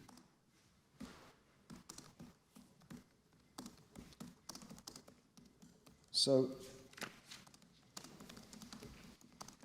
to turn to how, just to check, perhaps I'll just check an understanding of the facts here in this present case as they apply to Regulation 168.2. Sorry, why are you saying that? I thought you were saying the procedure in Regulation 168 wasn't operated. No, indeed. But what I wanted to do was just draw out in substance what happened in this case. Sorry. With particular regard to the procedural protections that were Yes. made available. I'm sorry. So, yes. As the board has heard, in this case, the Commission decided to institute a points system for promotions from Prison Officer 1 to Prisoner Officer 2. And to that end, it called for information about all qualified officers in the post of Prison Officer 1, so that it could assess all of them using the points system and allocate to them a points score. And how did that work? Well, I mean, who had input into that? Because some of these things are,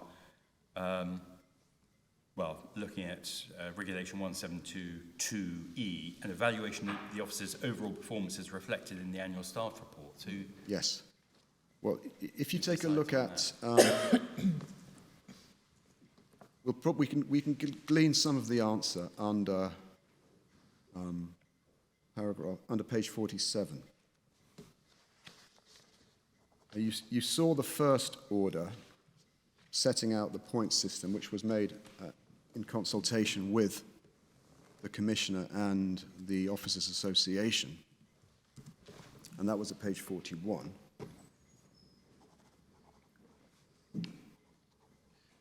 And you can see at page 47 the second general order, which updates one of the points methods. You can see that there's an extension of a deadline notified to all officers for submission of documents. That's the second paragraph there. this is which page? Page 47. Oh, 47, sorry. So the Commission called for a list of all qualified officers, and it called for relevant information in respect of each officer, which would then be assessed by assessment teams appointed by the Commission to come up with a points tally for each officer. But what was the period to which the assessment was applied?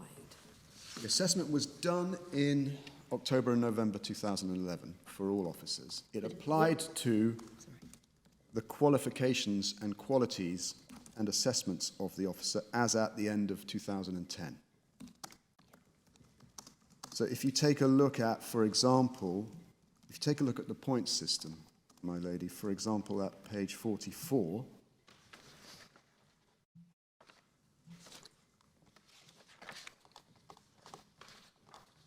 and commendation and performance appraisal report is at the top of the page. And it covers the period 2010. So the officers are being assessed on their qualifications, assessment, and experience as at the end of 2010. So that's the reference point. That's the reference point. But the information is being assembled and reviewed in the period October, November 2011. Yes. Okay.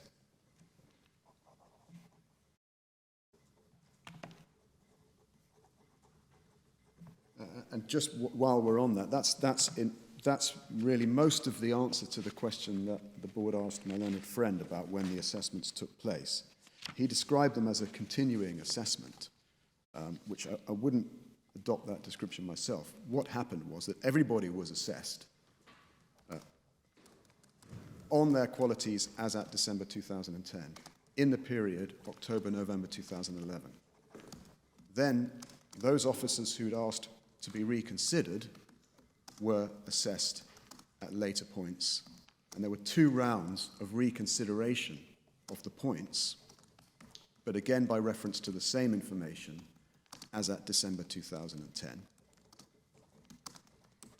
As it relates to the retired or resigned officers, there's no suggestion that they had asked for reassessment after they had departed from the service or were reassessed after they departed. Yeah, well, that was what I was wondering, because if they, so people who had done courses during 2011 or had got they didn't get additional. No, my lady, we're still assessing as at December 2010. Right. And what happened with the order of merit list? So it's compiled after the assessment process in October, November 2011. Yes. Is it a long list published with all the scores? I'm not sure if that's in evidence. What is in evidence is that all general orders are read out on consecutive days at parade, but it's not in evidence that the order of merit list was in a general order.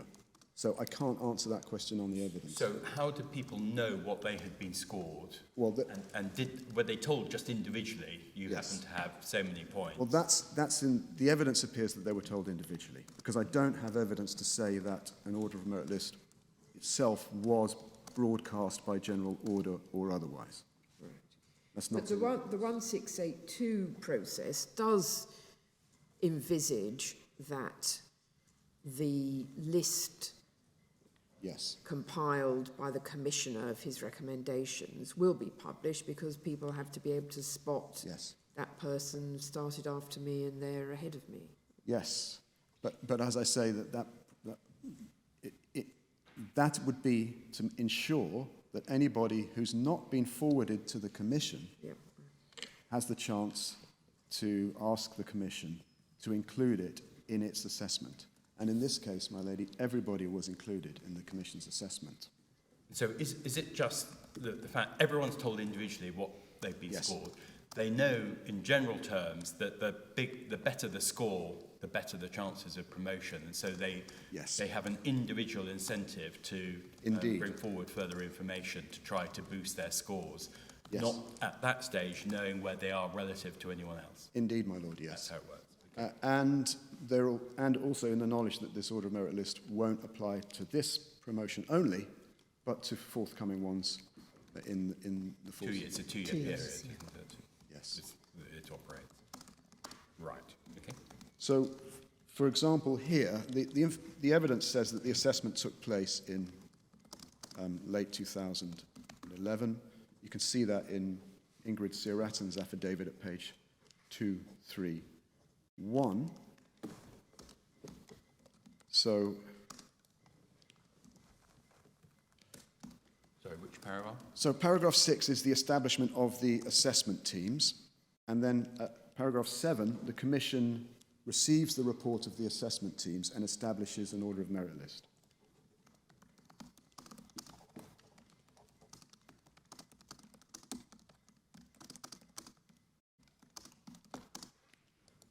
And then it tells the commissioner.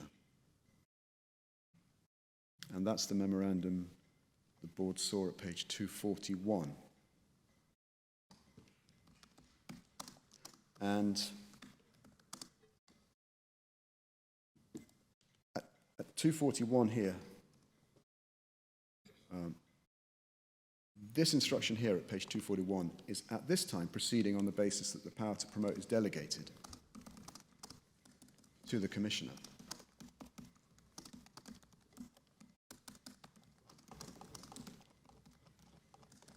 But of course, as it turned out, in the end, after 2 rounds of representations, the commission decided to exercise the power itself. But just to explain what the Commissioner of Police is being directed to do here, when he's directed to follow the procedures outlined at Regulation 168.2, my learned friend said that was a very clear instruction to the Commissioner to make recommendations to the Commission. But that can't, in my submission, be right. Even if this were relevant to the Commission's later exercise of its power. Because if the power is delegated, if the Commissioner is being asked to exercise his delegated power, then the Public Service Commission is not exercising the power in this instance, and the Commissioner of Police can't be required to make recommendations to himself. So I would read this direction simply as a direction to give every officer the chance within 14 days to make representations about their points score. and that's how it was taken, and that's what indeed happened next. So in answer to my Lord Sale's question, each officer was notified in the form we see in the notification to the appellant, which is at page 53. So is the 14 days, is that being picked up from Regulation 1684? Yes. Yes. What was the page of the individual of the one? Page 53 is the individual notification. So here, the appellant's informed, you're at 201 on a list which is valid for 2 years. At the moment, there are 71 vacant offices. You're invited to make any representation to my office within 14 days.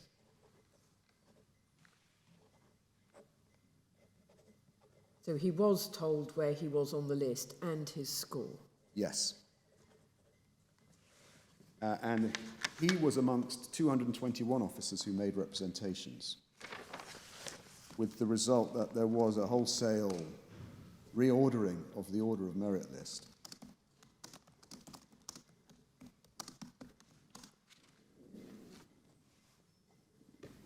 And as far as the appellant was concerned, he improved his score from 92 to 97 and declared himself satisfied that that was an accurate representation of his qualities and qualifications. Do we have his representations on? No, we don't have his representations. But is there evidence about them, or we just know that there were some representations? There's no evidence about them. We know there were some, and they improved his score by 5 points. But other people may have been doing the same. So yes, it's not like his position in the list is fixed, because others will be moving. 221 officers made representations. Right. And you can see the result as far as the appellant was concerned at page 59.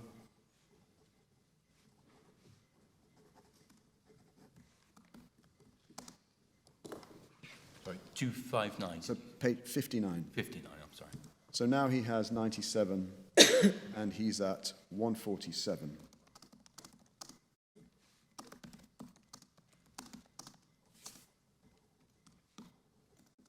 And he's told that at this time there are 79 offices vacant.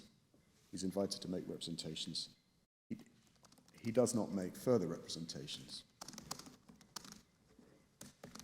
But other officers So he's did. invited to make representations as to why he should be amongst the 79, even though he's 147th on the list. Well, he's simply invited to make representations.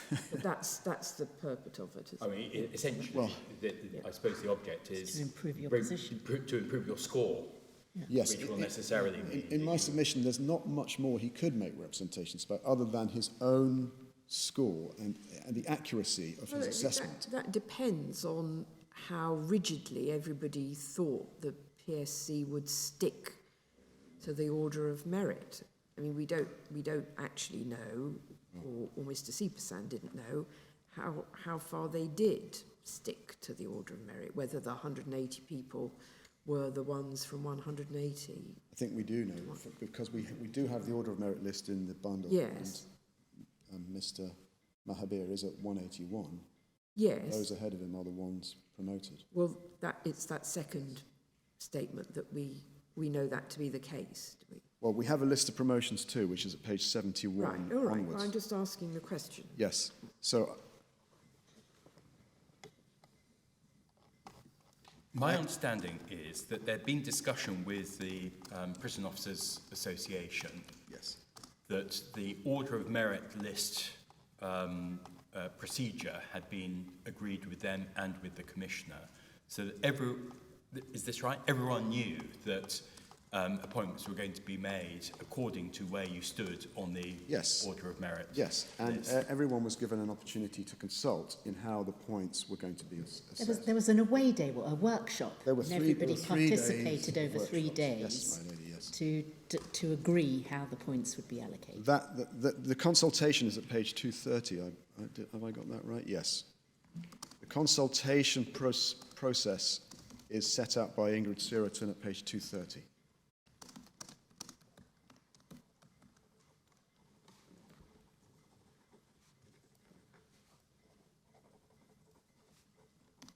Now, Miss Siriton says, at the conclusion of the workshop, the prison officer's second division agreed to the implementation.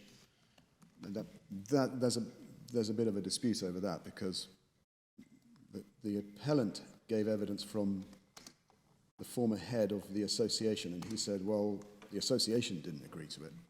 But the main point is, this was done after extensive consultation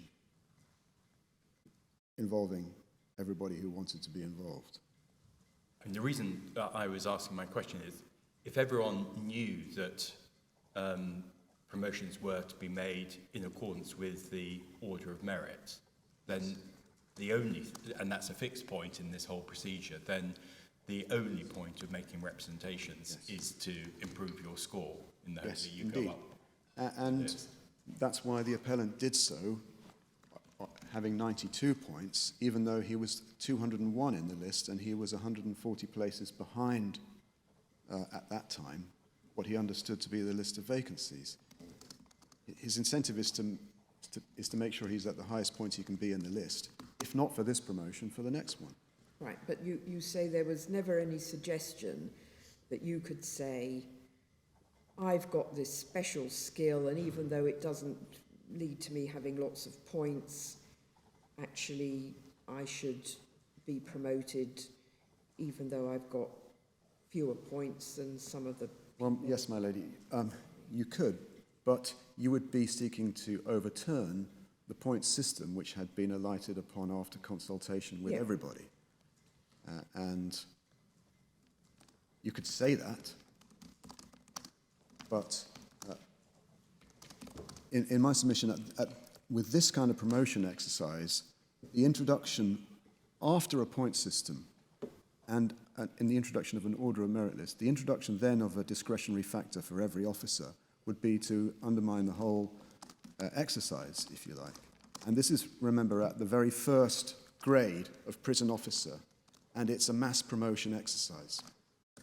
And that's why, as my lady said, the choice of predictability and transparency was made.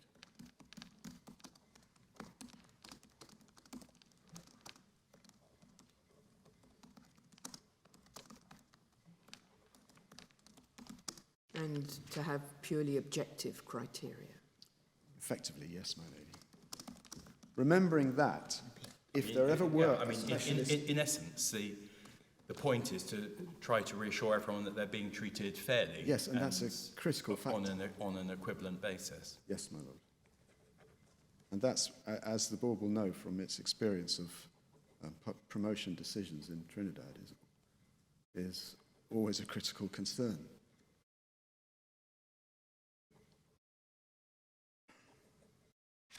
Now, I'm not sure whether there's anything else I wanted to say about Regulation 168.2.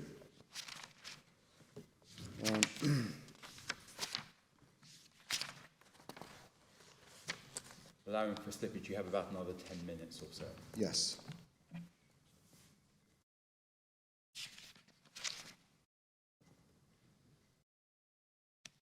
Yes, I think I've made my points on that. So just turning quickly to the retroactive... Well, just one thing to check.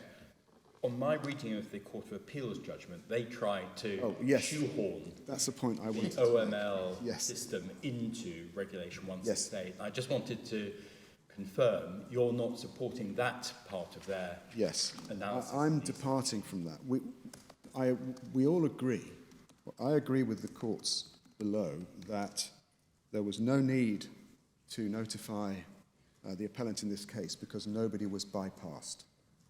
But the reasons they say nobody was bypassed is that they treat the Order of Merit list as the list of recommendations by the Commissioner. And that's where I hope I've explained, I depart from that. And effectively, I say nobody was bypassed because the details of all qualified officers were sent to the Commission for assessment. Yes. So if you want the references we were putting to the courts before, you say the specific procedure in Regulation 168.2 and following was not followed, but the substance of the protections that it was supposed to provide Yes. were provided. Yes. And that being so, there was sufficient compliance with the underlying processes and requirements for fairness as a predicate for the lawful exercise of the power in Section 121 of the Constitution and under Regulation 172. Yes, yes. That's what it comes to. I mean, in my written case, I also referred to Regulation 170 as potentially giving the Commissioner a discretion to depart from the regulations. But that might be an unruly horse to release. And in this case, I don't think, Well, I would say I don't need to rely on. Could you give us the page reference for Regulation 170? Yes, it's 632. Thank you.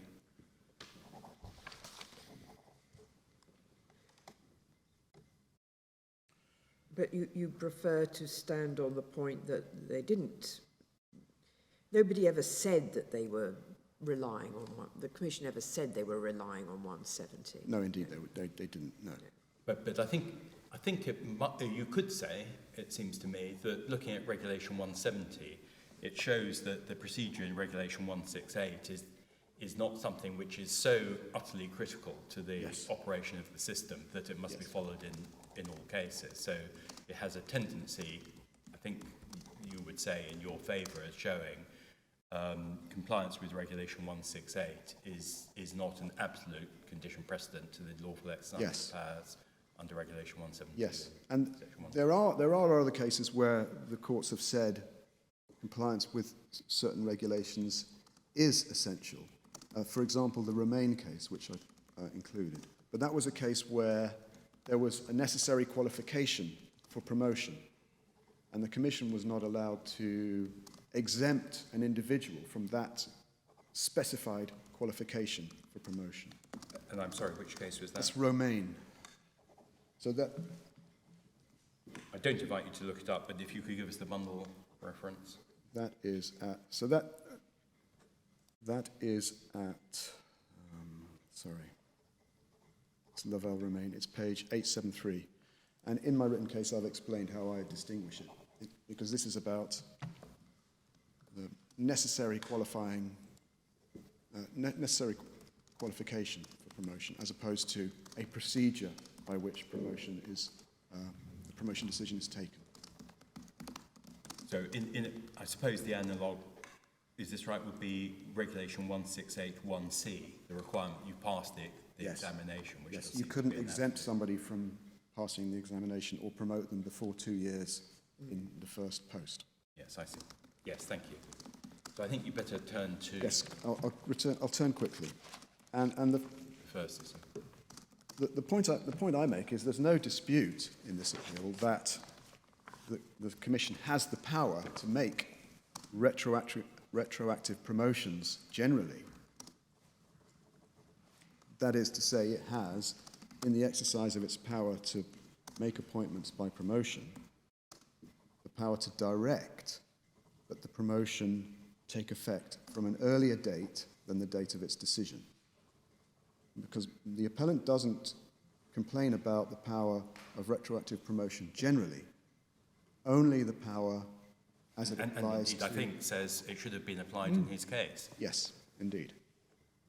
And I've given case law to show that retroactive promotions are a feature of the landscape in Trinidad and Tobago, and this board has sat and heard instances of the same, as for example in Boland.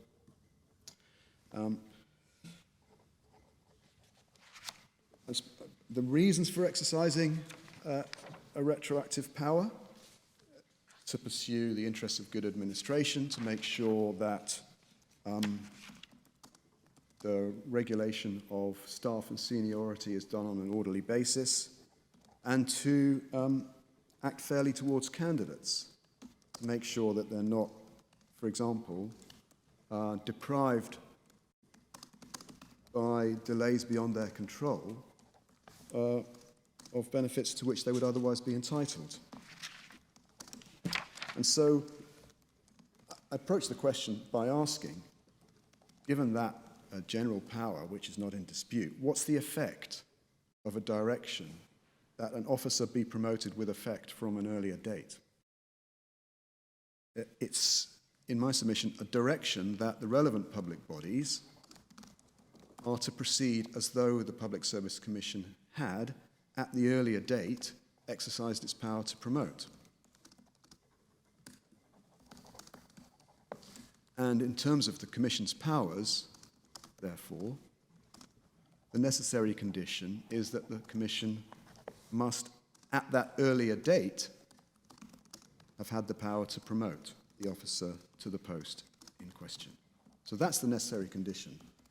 Not a power now, but the power as at the date. And that's based on the assumption that which is a common assumption, that the Commission has the general power to make retroactive promotions.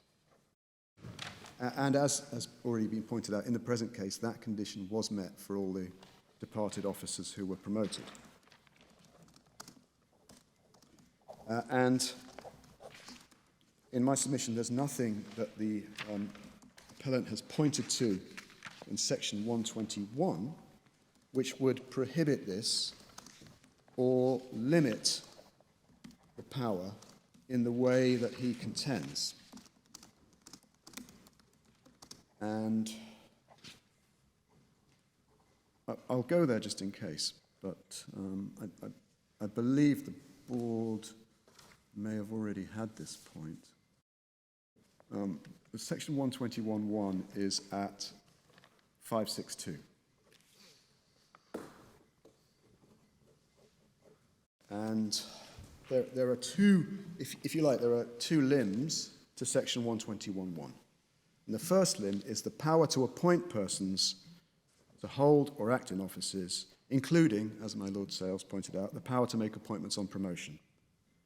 And that is expressed in those simple terms, and I say it's a broad power with no specific restrictions of the kind asserted by the appellant. And then we go on to the second limb, and to remove and exercise disciplinary control over persons holding or acting in such offices. And the qualification, persons holding or acting in such offices, applies to the power of removal and discipline, and not to the power of appointment.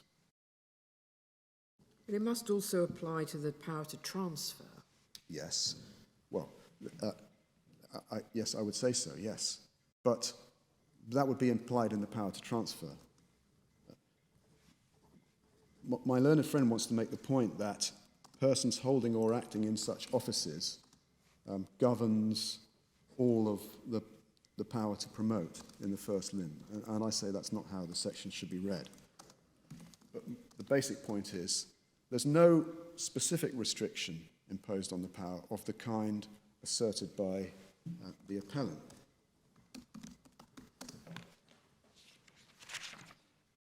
And did you want to say anything about section 42 of the Interpretation Act? yes, I would.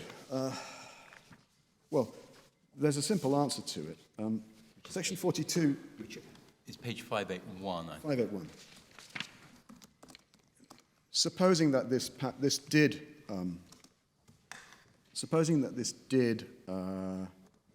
limit the Commission's power under the Constitution. And my understanding is your primary submission is it doesn't. Yes, indeed.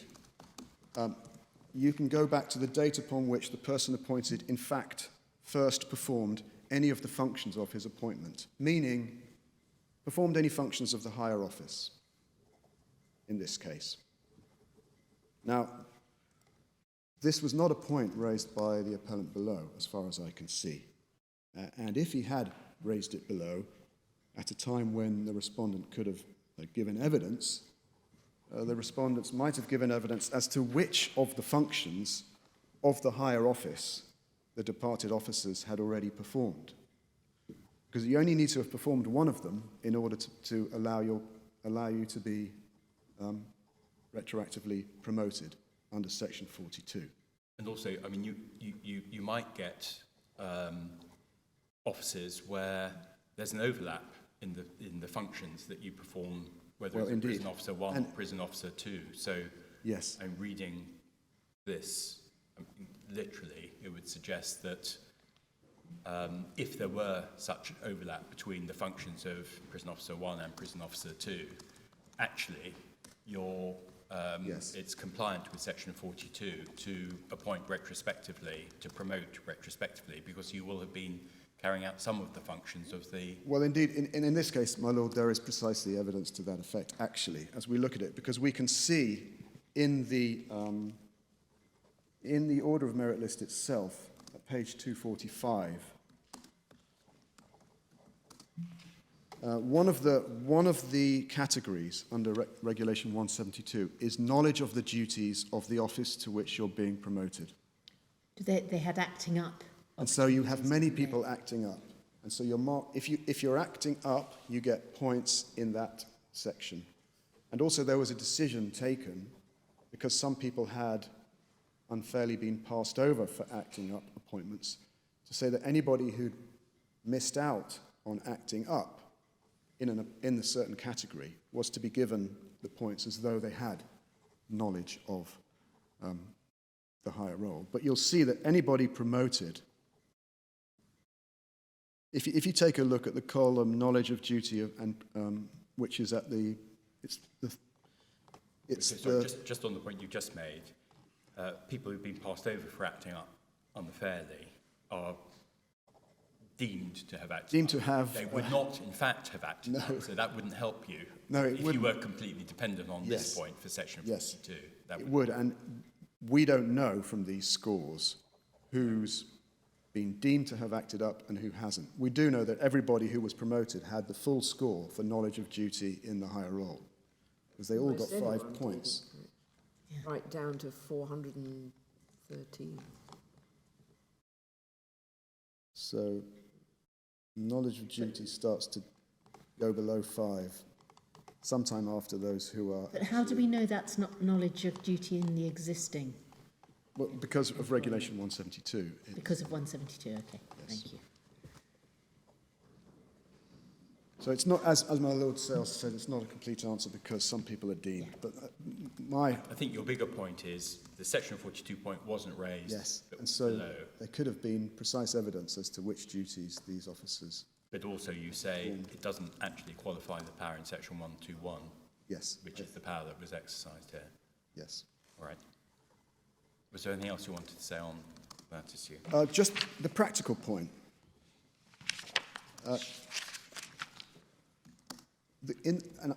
This may have actually been made by the board, but in the case of the officers who had retired or resigned, the effect of the decision to promote them was only that they were to be treated as having attained the post as an officer 2 from the date of their promotion to the date of their departure. Yes. As my Lord Saleswood said, with no doubt with effects on their pension entitlements. It did not have the effect that any of these officers were standing in the appellant's way as regards actual vacancies at the time of the decision made by the Commission. They weren't keeping him from taking up an actual vacancy. And the point made by my Lady Rose, if you take out the 5 departed officers and the one who had died, the effect of the decision to promote a list of 180 was that the Commission was in fact deciding to fill 174 actual vacancies in the higher role. And the true nature of the appellant's request that he be included too is that the Commission be ordered to find another vacancy.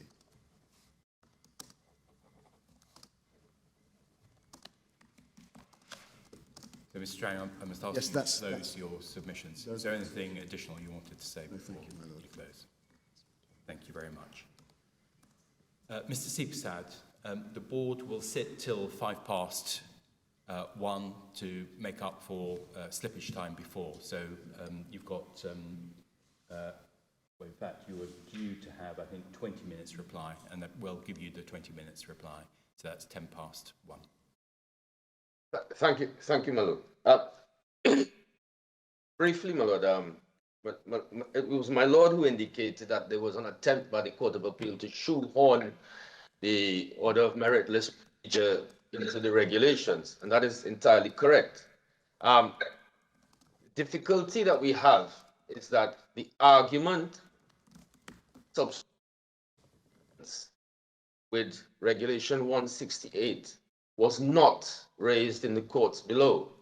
And in fact, the asserted position in the courts below was simply that Regulation 2A had not been triggered, that there was no need for a list, and therefore 2B, the bypass list, there was no need for that.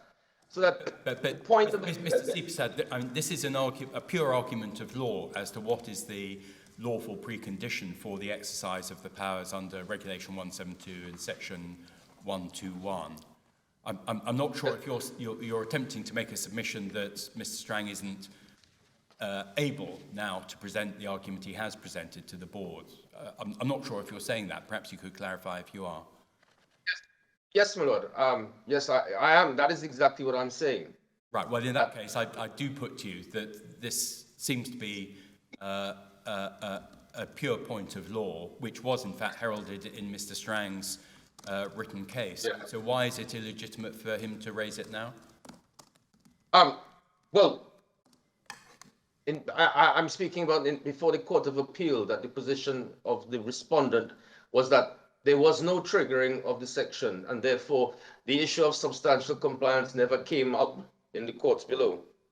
No, but that is what I'm trying it's come up now, and that is the argument you have to address. Yes, yes, my lord. And in relation to the substantial compliance, there is an authority, a local authority of Murray and the Public Service Commission, which fleshes out the law on it is trite, substantial compliance and the issue of prejudice. Now, I don't agree that the effect of 180 promotions was to promote 175. And I don't agree that none of those 5 persons who were promoted stood in the way of promotion of the appellant. Simply put, and I think the point was made much earlier, simply put, the point was that if a vacancy has been filled, that vacancy is filled and somebody cannot be promoted into that vacancy. And this is exactly what happened. So there is nothing to suggest that it was an intention to promote 175 people. On the contrary, it was an intention to promote 180 persons. And you must have 180 vacancies to make 180 promotions, because these posts are created by cabinet. They are not flexible. There are a limited number. And so they must have had those vacancies available. That's the first point. Secondly, I just wanted to correct.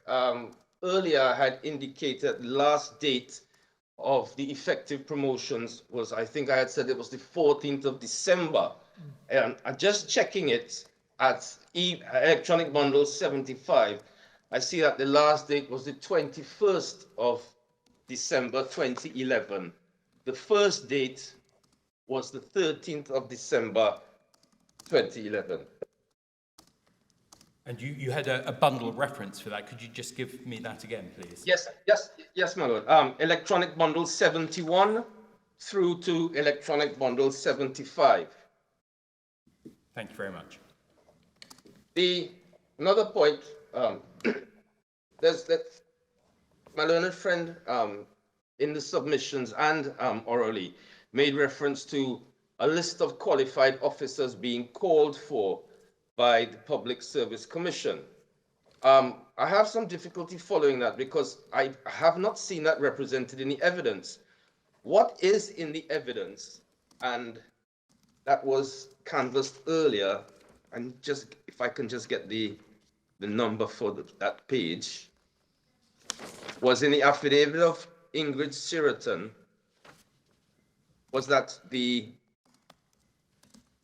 one moment please, my lords, was that the Public Service Commission called for a list of vacancies, not a list of qualified officers.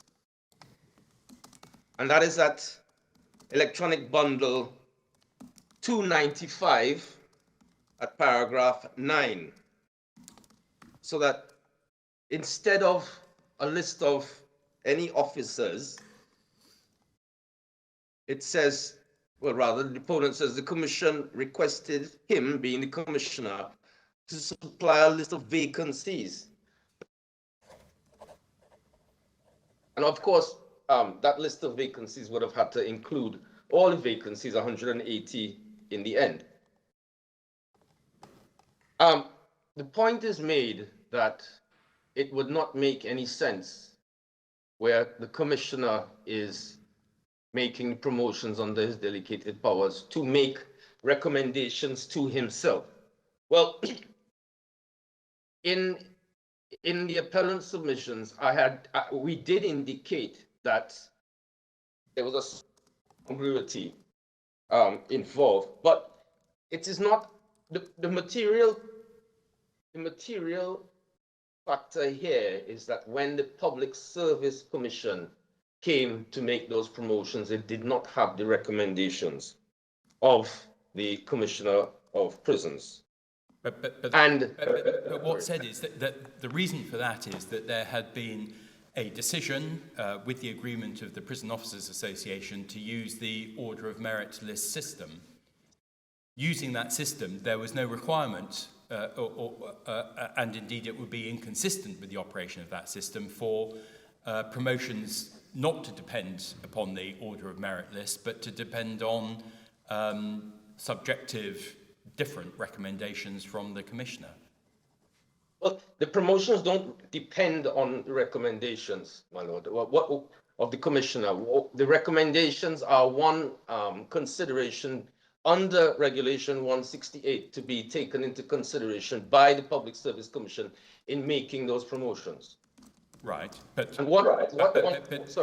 if there has been general agreement with all relevant persons that the appropriate way to make the promotions is to use the Order of Merit list system, there seems to be no coherent space for a system to be operated alongside that for the Commissioner to be making recommendations which are different from the answer that would be given by operation of the Order of Merit list. No, I follow that. And if that was the case, that the Order of Merit list and the operation of the Order of Merit list was within the regulations, I would agree with the court, because and the appeal wouldn't be valid. But it's not. No, but it's accepted that it's not in compliance with Regulation 168. But what is being said is, if you look at the substance of the matter, everyone has been treated fairly. They've been given an opportunity to make representations insofar as their representations can affect their position within the Order of Merit list. And then the promotions have been made on the basis of the Order of Merit list, so that in substance, the fairness that was intended to be achieved by Regulation 168 has been achieved by operation of this system. And that is a sufficient precondition for the exercise of the power by the Commission under Regulation 172 and Section 121 of the Constitution. That's how the case is put against you. I follow that, my lord. Can I just indicate that what 172, what General Order 80 does, is that it weighs the factors in terms of the points, the factors under 172. That is all it does. There is no agreement. It is an assessment tool. There is no agreement other than that which is stated in the General Order that is to be used for recommendations and promotions by the Commissioner of Prisons. So it does seem to be a bit of a leap, respectfully, my lord, to say that there is an agreement that the Order of Merit list is to stand in the place, or rather to stand as a list for promotion. Right. Now, forgive me, Mr. Stevestad. As I understand it, your client never questioned the use of the Order of Merit list procedure at the time that he was participating. And as I pointed out to you in relation to your first ground of appeal, his case before us actually depends upon the Order of Merit list being a proper and valid way of selecting for promotions, because the whole point of his first ground of appeal is to say, well, there were 180 slots. In fact, there were only properly 175 persons higher up the list to fill those slots before it was my turn. So I should have been appointed using the Order of Merit list procedure. He doesn't seem Yes. to have complained about the use of this procedure. He has not, my lord. No. He's no reason to complain about it. The main complaint really is that the promotions were effected without regard to the without regard to recommendations which were being made. Failure to make those recommendations did in fact deprive the appellant of certain protections which flow from the making of that list, and in particular, while being able to make representations as to his tally, he was never able to make represent at the material time in terms of whether he should still be promoted in the face of not being recommended. And So what you say is that inherent in the system envisaged in 1682 is a subjective element on the part of the commissioner to be fed into the process, yes. And he thinks he's been deprived of that opportunity to be able to argue that despite being too low on the list, he nonetheless should be considered or should be promoted. Yeah.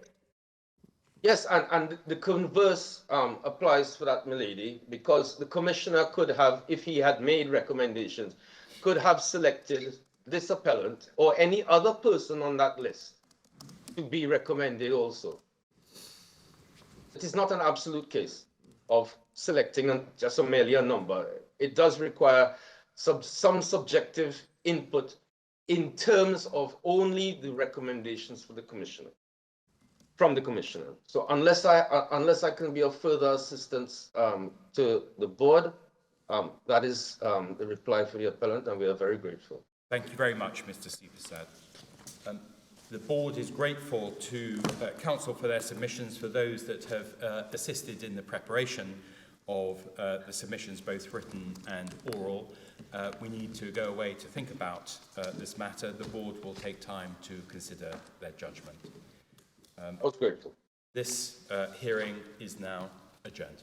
Thank you very much.